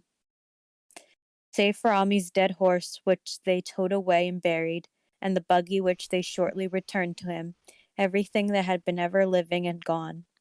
5 eldritch acres of dusty gray desert remained, nor has anything ever grown there since. To this day it sprawls open to the sky like a great spot eaten by acid in the woods and fields, and the few who have ever dared glimpse it in spite of the ruled tales have named it the blasted heath. The rural tales are queer. They might be even queer if city men and college chemists could be interested enough to analyze the water from that disused well, or the gray dust that no wind seems to ever disperse. Botanists, too, ought to study the stunted flora on the borders of that spot, for they might shed light on the country notion that the blight is spreading, little by little, perhaps an inch a year. People say the color of the neighboring herbage is not quite right in the spring, and that wild things leave queer prints in the night winter snow. Snow never seems quite so heavy on the blasted heath as it is elsewhere. Horses, the few that are left in this motor age, grow skittish in the silent valley, and hunters cannot depend on their dogs too near the splotch of grayish dust. They say the mental influences are very bad too. Numbers went queer in the years after Nahum's taken, and always they lacked power to get away. The stronger-minded folk all left the region, and only the foreigners tried to live in the crumbling old homesteads. They could not stay. And and one sometimes wonders what insight beyond our wild, weird stories of whispered magic have given them. The dreams at night they protest are horrible in that grotesque country, and surely the very look of the dark realm is enough to stir a morbid fascination. No traveler has ever escaped a sense of strangeness in those deep ravines, and others shiver as they paint thick woods, whose mysteries is as much as the spirit of the eye. I myself am curious about the sensation I derive one from my one lone walk before Amy told me his tale. When twilight came, I had vaguely wished some clouds would gather for an odd timidity of about the deep sky Sky, I guess. or sky void above had crept into my soul. Do not ask me for my opinion. I I do not know. That is all. There was there was no one but Amy to question. For Arkham people will not talk about the strange days, and all three possessors saw uh, The Aerolite. Aerolite. Thank you. Aerolite and its colored globules are dead. There were other globules. Depend upon that. One must have fed itself and escaped, and probably there was another which was too late. No doubt it is still down in the well. I know there was something wrong with the sunlight when I saw above the miasmal brink. The rustics say the blight creeps in each an inch a year, so perhaps there was a kind of growth or nourishment even now. But whatever demon hatching is there, it must be tethered to something, or else it would spread quickly. It is fastened to the roots of those trees that claw in the air. One of the current Arkham tales is about fat oaks that shine and move as they ought not to at night. What is it? Only God knows. In terms of matter, I suppose the thing Amy described would be called a gas.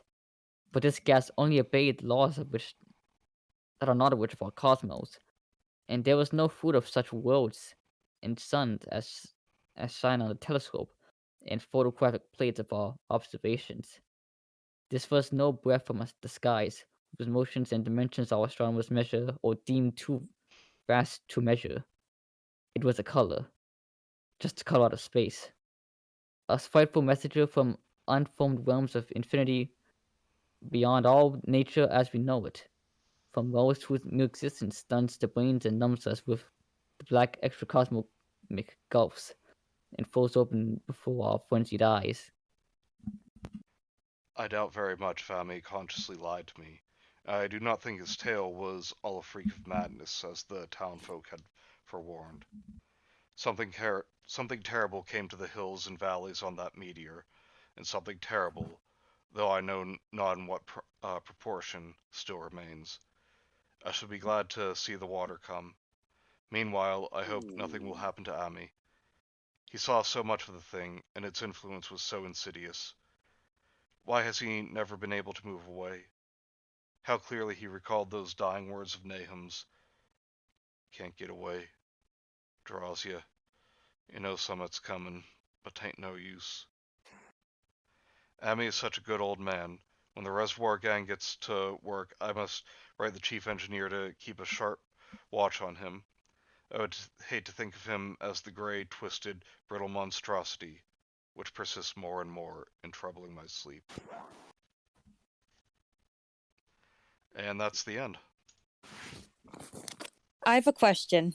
Yes. And I know I said I wanted to go in to seeing the Nick Cage version blind. But so, obviously, like most of Lovecraft's work, obviously this is supposed to be set more or less, like, obviously I think this was before, it's supposed to be like majority set in the past, and then Lovecraft or the narrator catches up and he's like, okay, so today, now it sits there, a reservoir is getting built over it. Yeah. Regardless, this is supposed to take place in the past. So, is Nick Cage's version taking place in like today, or is it a period piece? Modern time. Bummer. Do you know how badly I would want to see Nick Cage in a period piece? Oh yeah. Well, It's so out of place. It would be so entertaining. I The will Wiggleman appeared say piece. you're not going to entirely miss that. Why is that? Like, they live on a farm, and while the farm itself is pretty modern, it's his thing, his character's thing, like, oh, dad's getting into doing like old-timey stuff as hobbies. Eh, that's just like, I don't know. Sometimes like it can be done right, but other times it's just like, oh, wink and a nod, like old shit, Lovecraft's time. It's like, just, you could have just said it back then. Yeah. Yep. Put Nick Cage in Downton Abbey right now. Honestly, I would. Well, they got Paul Giamatti in there. That's true. I mean, obviously, like, he fits well, and he's only in a couple episodes, but I just remember watching him in it, and I was like, oh, I did not expect to see Paul Giamatti show up. Yeah. But I will say what I like most about this story is how, like, once Nahum and his family are dying, they stop referring to them as people. Like, I thought that was very unsettling. And kind of fucked. They went from men to dust men. Yes. It's like a big version of a dust buddy. Alright, and what did y'all think of the chat? I know it's been kind of quiet. Mike Cage and says Robert Nick Eggers. Cage and Robert Eggers need to work together now. That's the guy from who did The Witch and The Lighthouse, yeah. Eggers, I thought it started with an N. All right. Manny has been banned from his own stream, and it's me and Raptor's show now. You Yay! wish. Oh. All right. But yeah, that is the director of The Witch and The Lighthouse, right? I think so. It is. Wonder if Lovecraft knew about the Tunguska event when he wrote this. Reminds me a bit of that. Yeah, that is pretty interesting. Thought it was quite good. Oh, I'm glad. Mike said that is him. It's him. All right. Now, for Hot Beans, I dropped you guys the link in the chat. We're moving on to one of my all-time favorite tales. Is a webcomic from 2001 made by a man named Brian Clevenger, called 8-Bit Theater. A webcomic using entirely 8-bit sprites and backgrounds. Sometimes photographs, though, just for some comedic effect. And it's a parody of the first Final Fantasy game's plot. Wow, I'm sure this is really hilarious to someone who's familiar with Final Fantasy, aka not me. Trust me, you'll get it.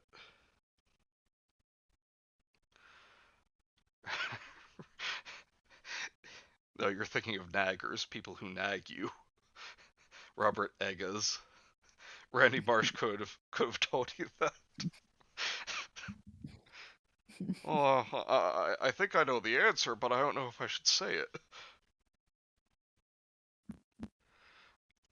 Alright, so the first few of these, unless Kenzie, you want to take the role of a monster or the character Thief.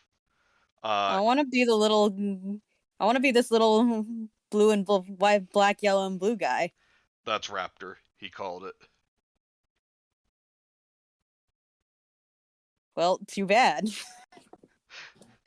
It wasn't on stream. There's no proof of that. Too bad. Man, yes, Kay, there are some girls there. Let's have a man yelling about chaos. Eventually, yes.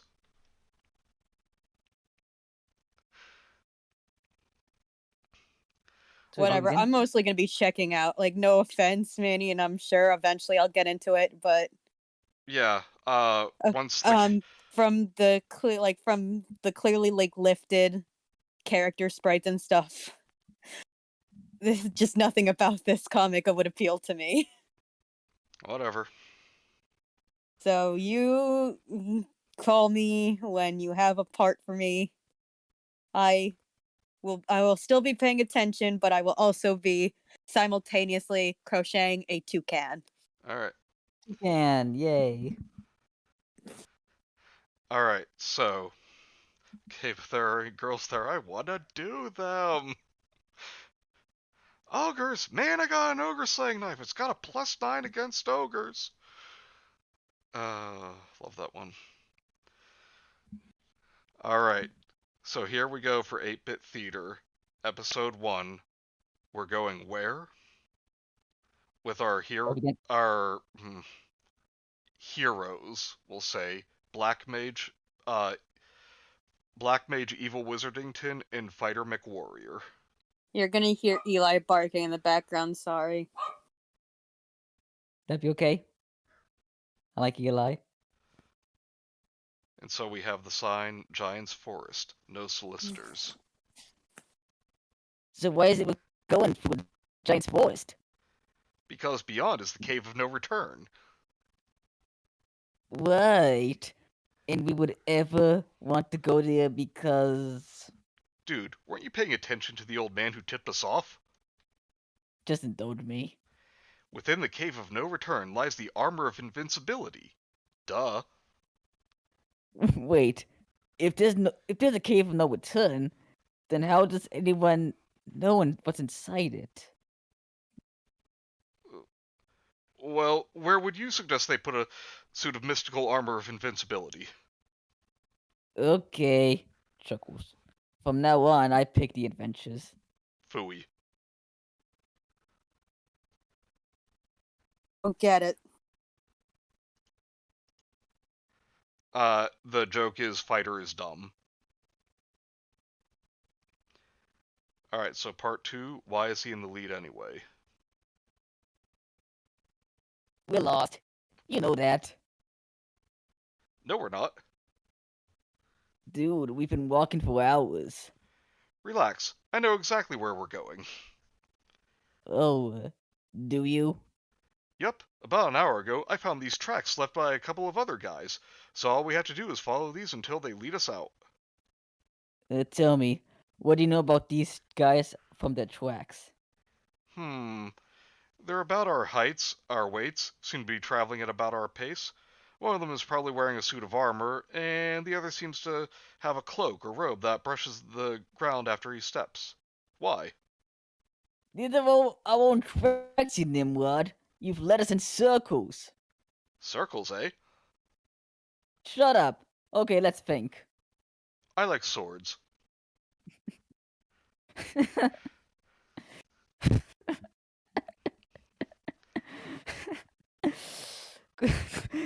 Correction. I'll think. Not gonna lie, I like this. It's funny. Episode 3, they call it Giant's Forest for a reason. If we can just get up our own street, then we can find our way out of here. Oh, I know. We can navigate by way of these tracks. Well, we could. Shut up! Oh wait, we used an overly huge and strangely purple rock formation as a starting point. And after making a full search of the area using a grid-like system, we Squishies. Okay, so I guess I'm just not gonna. Can I? Should I leave? That's up to you. So you're just like, you just picked a comic that only the two of you guys can participate in. I tried to tell you that we're going to need you soon. And that you could take... Yeah, and I said you call me when you need me. Yeah. And then you just took a part where you could have needed me. You want to be the giant? Well, you already am. You already voiced him. Go ahead, be the giant. No. Then quit complaining. No. Also, no. Anyway, stand back, mage. He shall sample my blade. Blade. No, dear friend. Don't try to talk me out of it. Don't use any of your magic attacks to instantly put an end to this battle or anything. Please? Ah, nuts. Part 4. Fight heroes fight. Okay, big, green, and ugly, prepare to face the invincible combat wrath of my tiger-style sword technique. Good preparation. Meanwhile,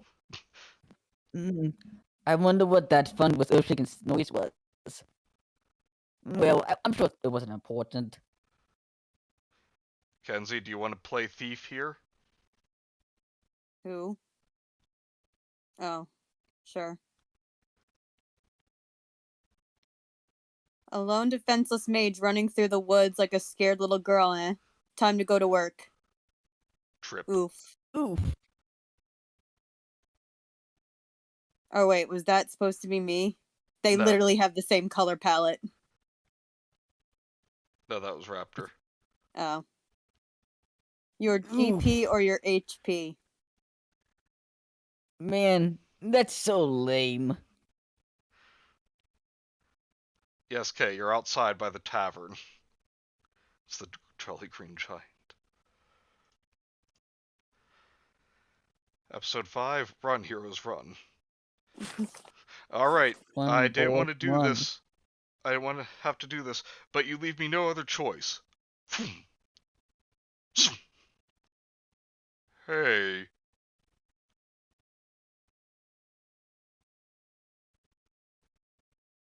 Kenzie. Yeah. Come on, cough up the gold, magic. Loser.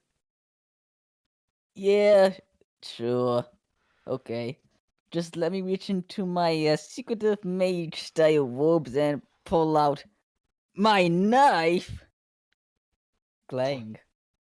Funk. Wrong move, Sparky.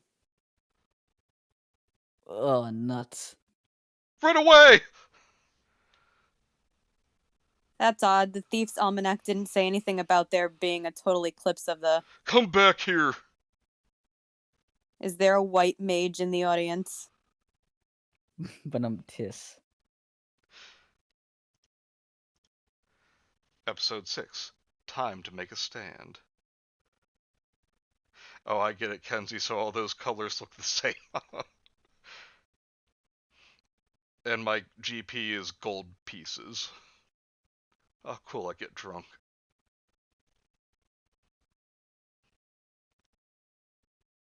Alright, so Raptor... Stand back, mage.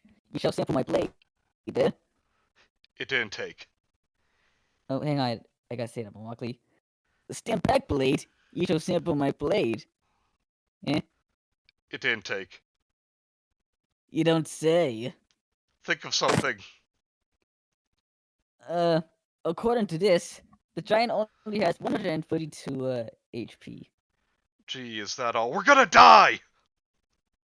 Wait, stop winning. I have a plan. Screech. You want to share this plan? Do you know what happens to a giant when it's blasted with a fireball? No, what? The same thing that happens to everything else. Dude, that line sucks. Look, just distract them while I whipped up some magic. Hello. Ah, crap. Nintendo Power, now there's a magazine I haven't seen in ages. Yep, I miss Nintendo Power. so do I. And that one seems orcish. Here, look right to me, up against the wall. God damn it. Episode 7, Kamehameha, or something.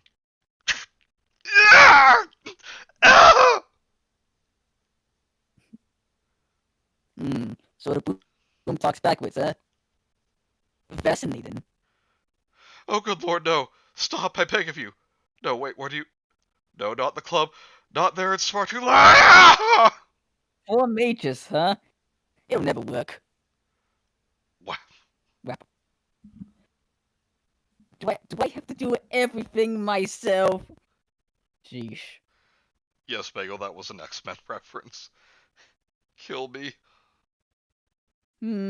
Tempting, but I need you for shield. I mean a traveling cohort, yeah.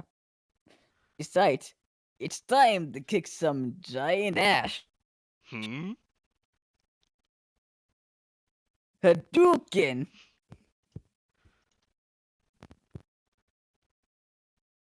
Episode 8, Adventures 1, Giant Zero. Overkill much? The giant is gone, ain't he?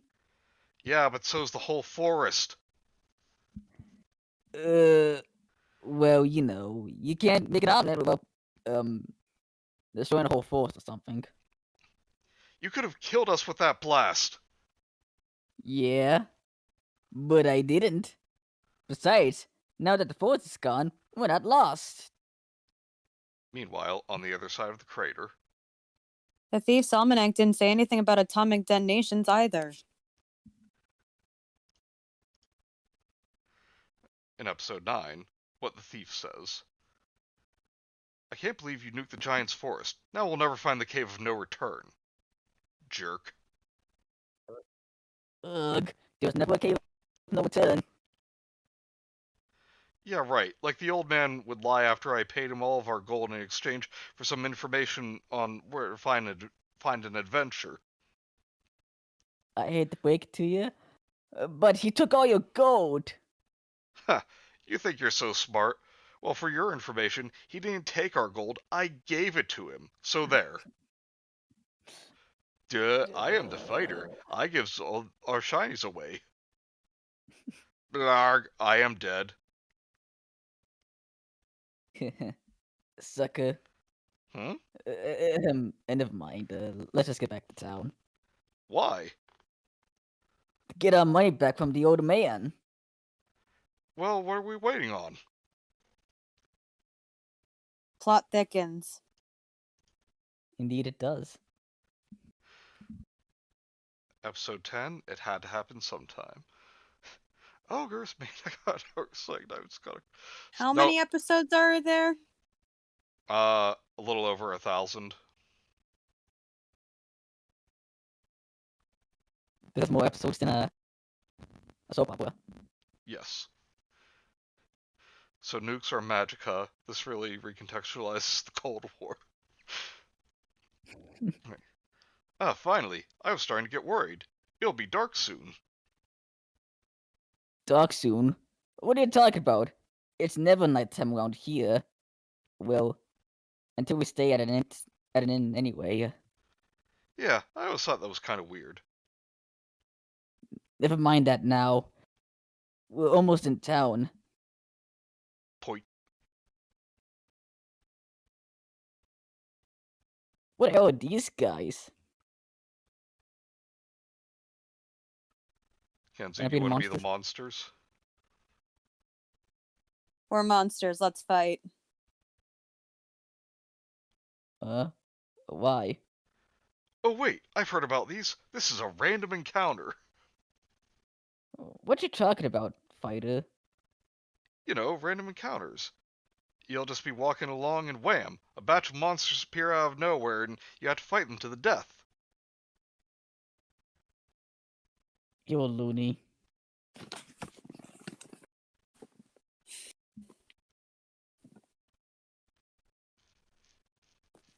Oh, nuts. Oh, ahem. Nuts. Episode 11. The Great Black Mage Hype. Man, are you monsters in for it now. They are? See my buddy here? He's a black mage. A master of the dark art of destruction. A wielder of will. A nexus of power that is tapped into the very living ley lines of the cosmos. He can shake the very bonds of creation with but a single word. Actually, The heavens bow to the might of his magic. The gods quiver in fear that he should find them lacking his favor. Reality itself is his plaything, nothing more than clay in his sculptor's masterful and precise hands. But But you need not take my word for it. Lo, from behind us, can you not see the smoldering crater what once was known as Giant's Forest? It has been reduced to mere ashes. How, you ask? 'Twas the work of this very mage, says I. if you let me talk, And now you stand against him? Oh, how I pity you foul and wretched creatures. At least take some solace in knowing that your utter obliteration shall be so nigh instantaneous that you won't have the chance to feel how excruciatingly painful it is. excuse us. Of course. What the hell are you doing, man? I'm taunting them about the incredible power at your disposal. You idiot! I can only cast that spell once a day. I've got nothing left. Well, why didn't you say something sooner? God, I hate you. I just want to see Mage Eisenhower now. I'm sure we could find a picture of Eisenhower and put a wizard hat on him. New stream content for months. Yay. And what do y'all in the chat think so far?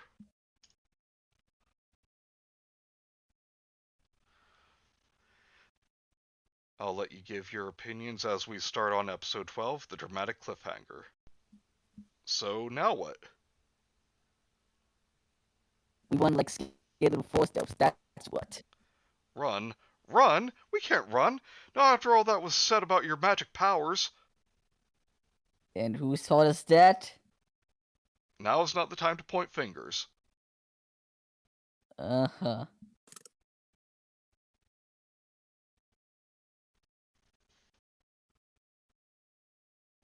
Kenzie? Which is it? It seems like it's weird and out of order. We ain't got all day.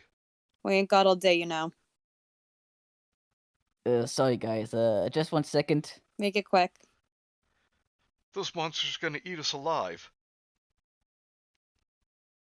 Human flesh raw? Oh heavens no, how barbaric. What does he think we are, monsters? Well, yeah, we are monsters, but we're not monsters about it. Enough talk, attack. Mage, you've got to think of something. I have, fighter. I have. Now, episode 13, the dramatic flashback. Okay, what's your plan? There's something I like go. Crap. Hadouken! Okay, don't panic. Must tap into inner reserves of strength. Must remember ancient and complex techniques of Vargas, the ultimate swordsman, whom I trained under all my life. And thus, Fire did hearken back to his days spent at Fire's Camp 86. Okay, Fighter, this is the most complicated technique I've taught you thus far. Complicated technique. Got it. Should you ever find yourself being hurled at a horde of monsters, this is what you must do. Horde of monsters, sure. First, adopt stance Alpha 3 Alpha, as though falling from a great distance, with sword parallel to the ground as opposed to Are you even paying attention? Yeah, stands for Beta, gotcha. Would one of you like to read the TV announcer?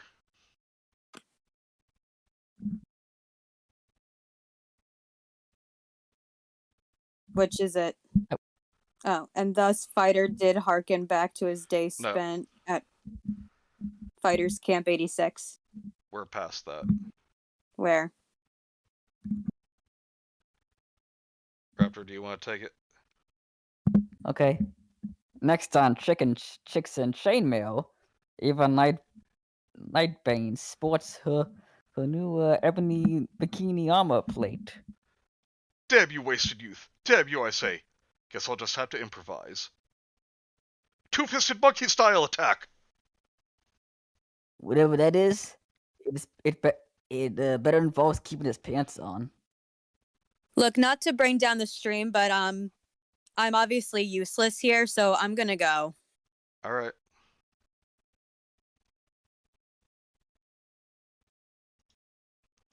Hello, Mr. Shadier. Glad you could join us. I think this is like Epic Gamer Comic. I like 2 things about Final Fantasy. Yeah. But I can still follow it since it seems to mostly work off RPG tropes in general, so that's a plus. Glad to hear it. Manny, where are the ruined by a preemptive send. Okay, anyway.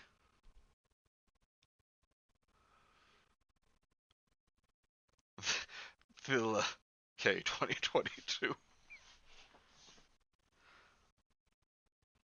Hey, where are the cheetahs? They're right next to you. Alright, episode 14. What? I want some Cheetos now, to be honest. Cheetos good. They are. Alright, episode 14, Crouching Monkey Hidden Fighter. He missed. Pretty cool, huh? Can I ask you something? Shoot. Two-fisted monkey style? Yup.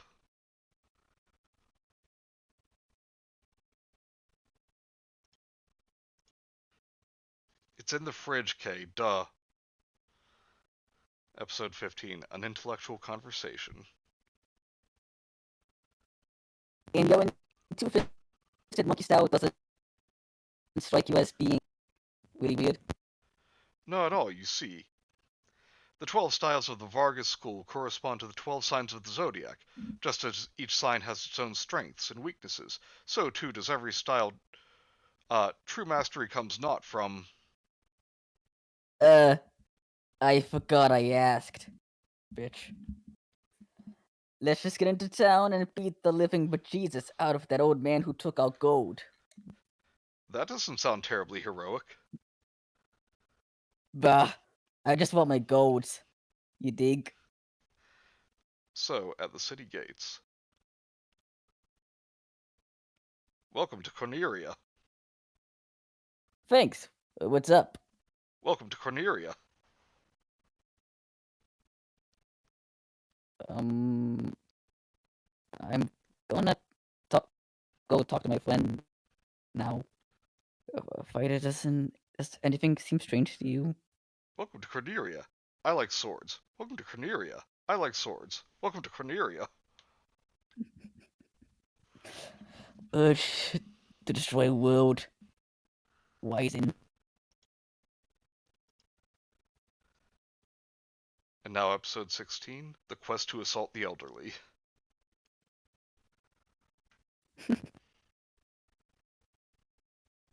Come here, you idiot. Yo. What is wrong with you? What?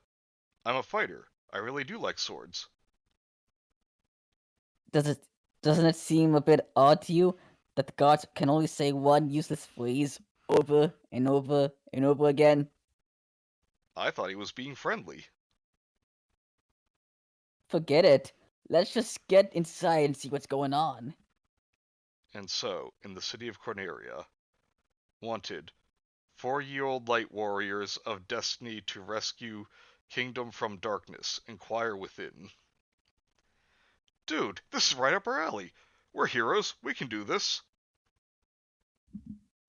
You fight for money, I weave occult magics for money, and you give it all away because you're a moron heroes? Because you're a moron? Heroes we ain't. We could give it a shot. Hey, yeah, what a great idea.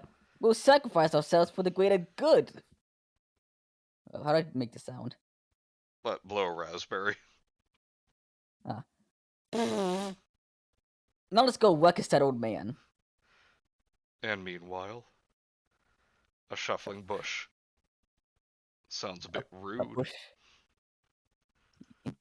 It sounds a bit like a Bingus.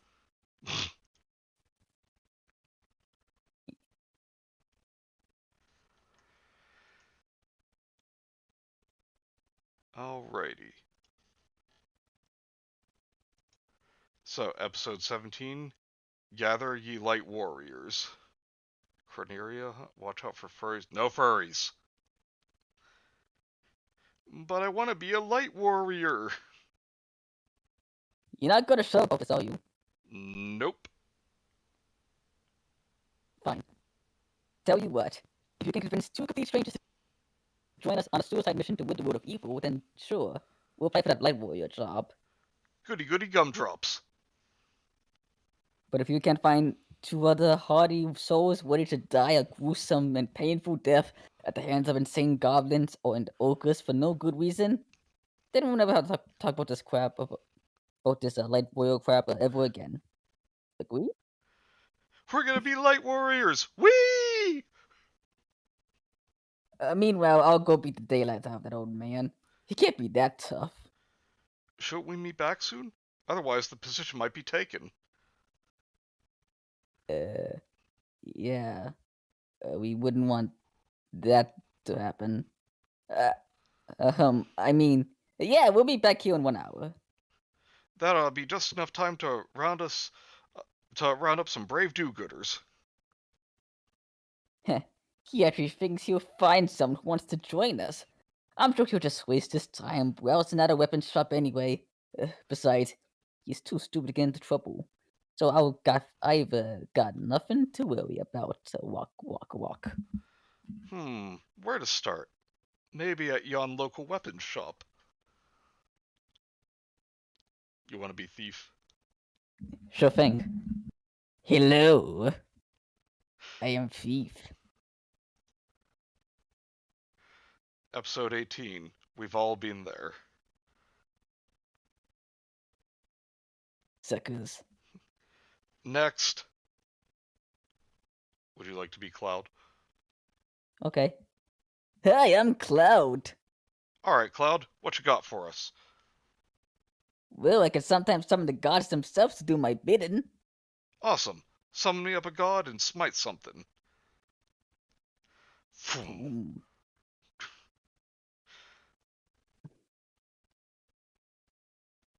Bear with me, okay? Just a little longer. I'm almost there. Just a few more impressive poses and 3D lightning effects. Maybe a lens flare or two, just for kicks. Oh, did you see that? I'm cool.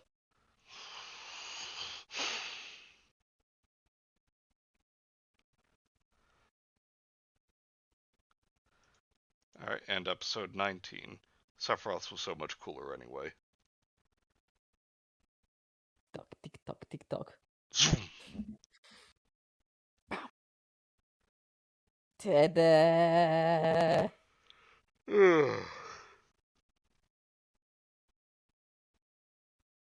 Whack. What the fuck? Whack. So, anything else? Whack. I've got a giant sword! Dude! Wobble wobble. Wham. Whack. Ouch. Whack? Next.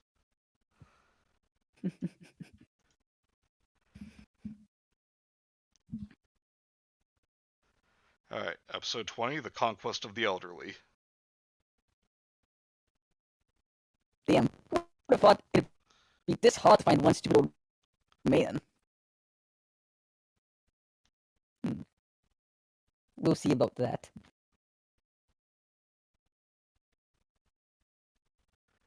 Meanwhile, inside Shady Oaks. Why Cloud here? Just as a reference. So there we were, facing down this demon named Roy. Roy wasn't his real name, of course. That's just what we called demons back then.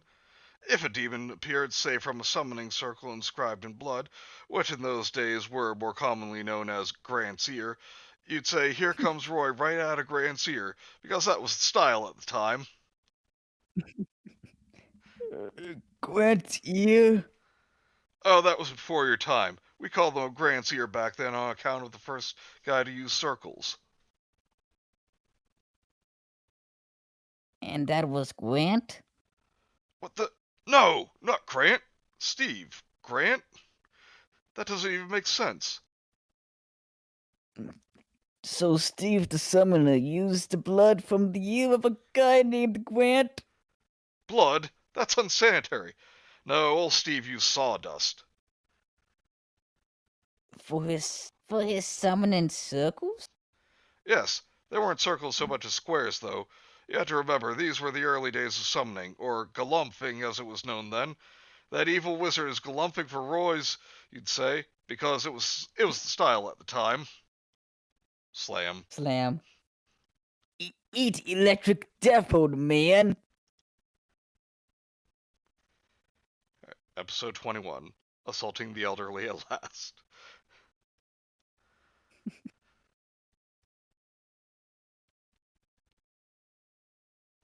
What's he doing? Well, if I had to guess, I'd say that's electric death. About same, motherfucker!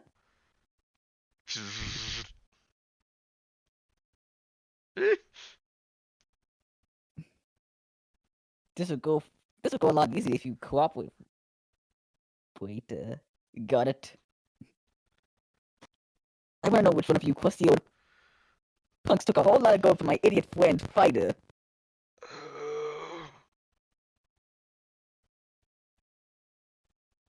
Wrong answer. It wasn't them. They haven't left this building in 10 years. Please don't kill me. Yoink. Whew.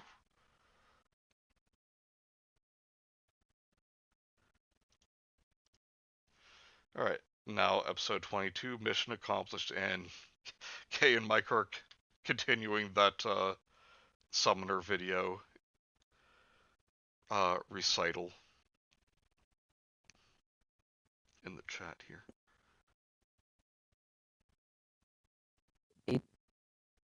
Recital.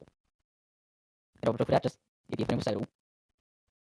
What's that? Anyway, oh. I don't really find that recital. Well, crap. I still don't have a clue how to find the old bastard that took our gold. And now that I've nuked the old folks' home, I'm out of ideas. Wow, I've got so much money. More money than I know what to do with, in fact. Well, if I had a nickel for every dime I have, I'd still be rolling in cash. Shut up, geezer. Can't you see I'm trying to think over here with my thinking muscles? Oh, I'm sorry. It's just that I'm so happy to have recently come into such a large amount of money. It really is a great story, you know, how I came across all this gold, I mean. Snap. That was Black Mage's patience. Leave me alone. Can't you, crazy old man? Can't you see I'm busy looking for an old man who recently came into a boatload of money? Why are you looking at me like that? Ah! My brittle old man hip!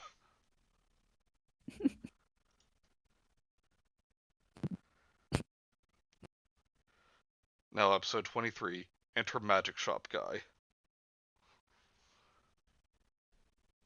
Okay, so I got our gold back from the old man. Now I got to do is find Fighter so we can split the goods. Of course, I bet Fighter would undoubtedly spend his share on weapons and armor that will prove to be vastly inferior to what we will find in our travels. And if he doesn't really know, I got the money back. Wonder how Black Mage is doing with that old man. I sure would like to spend my share of the cash on weapons and armor that will be vastly inferior to what we will inevitably find in our travels, because they're shiny. And so inside the magic shop. And this is how I finally got struck for elder abuse. Shush! Nothing's happening. Magic missiles? Heh, don't make me laugh. Lol, Lovem's creeping shadow, lame. Mordekainen's Celerity. celerity, ha, weak. Yo, shopkeep. What is it? Where do you keep the real spells, man? This stuff is child's play. If you must know, I keep the truly powerful spells here behind the counter. Oh yeah? Gimme. Do not sully the spell books with your greasy hands. They are... Oh, I'm sorry. I see what he's going for. Do not sully the spell books with your greasy hands. They are very rare and not to be taken lightly. Must be pretty powerful spells then. Oh, your powers of deduction are exceptional. I simply can't allow you to waste them here when there are so many monsters roaming the land at this very moment. Go, for the good of the city. Wise ass. Oh, 1 sec, I need to kill a bot. Bot? Where? Bot! It's dead now. Never mind.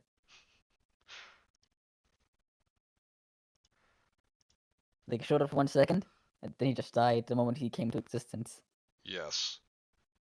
As should be the fate of all bots. It's a truly horrible existence, yet it's one it deserves. And now, episode 24, she's a white magic woman. Stupid magic shop guy.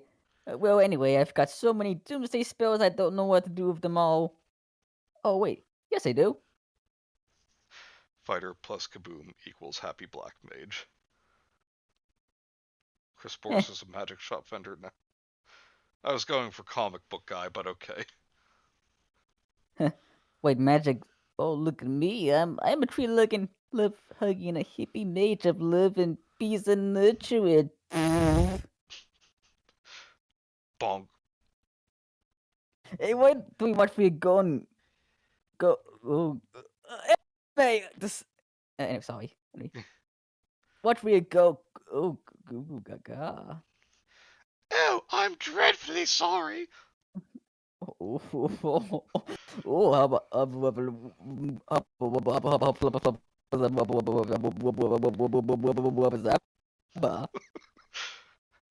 I must not have seen you from around the corner. Are you okay? Snap out it, you fool! The most gorgeous woman in the universe is talking to you. Time to turn on the patented black magic charm and make a good first impression. I am the black mage. I guess the spells that make the people fall down. Of course you are. I'm going in here now. Please don't follow me. I think she likes me. Fucking sim. Alright, we're skipping the next one since that was a temporary placeholder. Misuduken. Yes. Misuduken.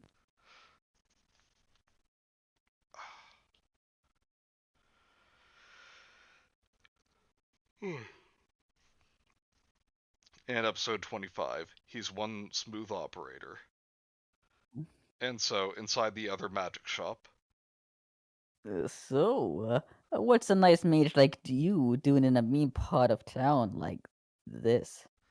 Yeah, it's pretty rough here with the old folks' home down the street and the children's center next door. Well, you know, those kids can be pretty twisted. They got tiny little hands and beady little eyes. They do charity work for the elderly. Not anymore, suckers. What do you mean? It's pretty funny. I was just at the old folks' home, and those crusty old freaks are cooked. Cooked? Yes, as in stick a fork in them, they're done. Cooked. Who would do such a thing? Well, I don't like to brag, but What kind of horrible brew could do that to poor defenseless old people? I have no idea. Why, it would take some kind of insane megalomaniacal fiend to take pleasure in the tapestries of creation, to focus pure energy into reality through nothing more than my own will, the rush of electricity through my being, the power. My God, the power! It's the only time I feel alive! Excuse me, do you carry any restraining order spells? Oh yeah, she wants me. Much like Mike's Declaw, this guy also hates the elderly.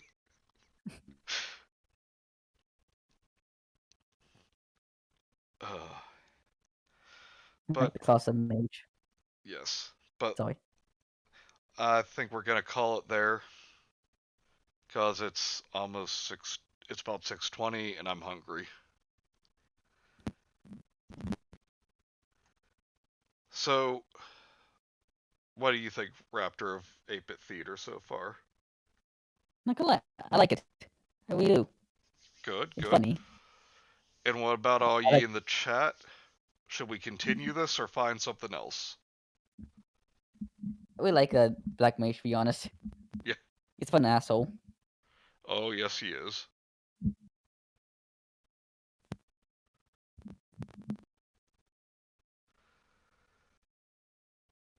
Yeah, what do you guys in the chat think for whoever's left?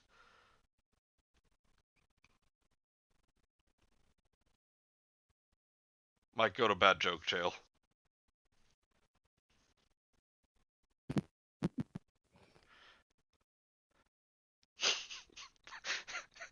Yes, milk cans. Thank you, Kay.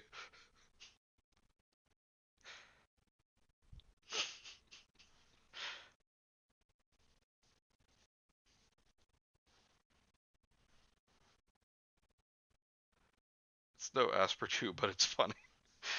Okay. I guess that's good.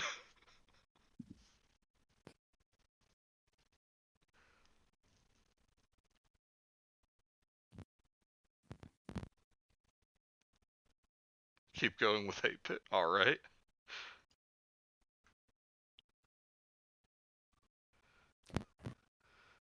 And I think you two are the only ones left, so.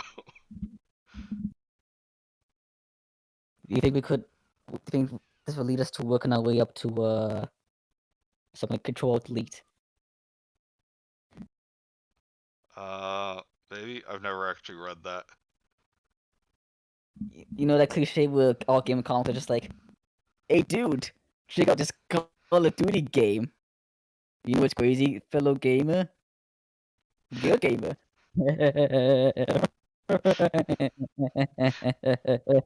Perhaps. that's Control Delete in a nutshell. It's basically the very foundation of the stereotype. Gotcha. Kay says boobies, boobies, boobies, boobies, boobies, milk cans. To which Mike says, Kay, what the fuck are you talking about?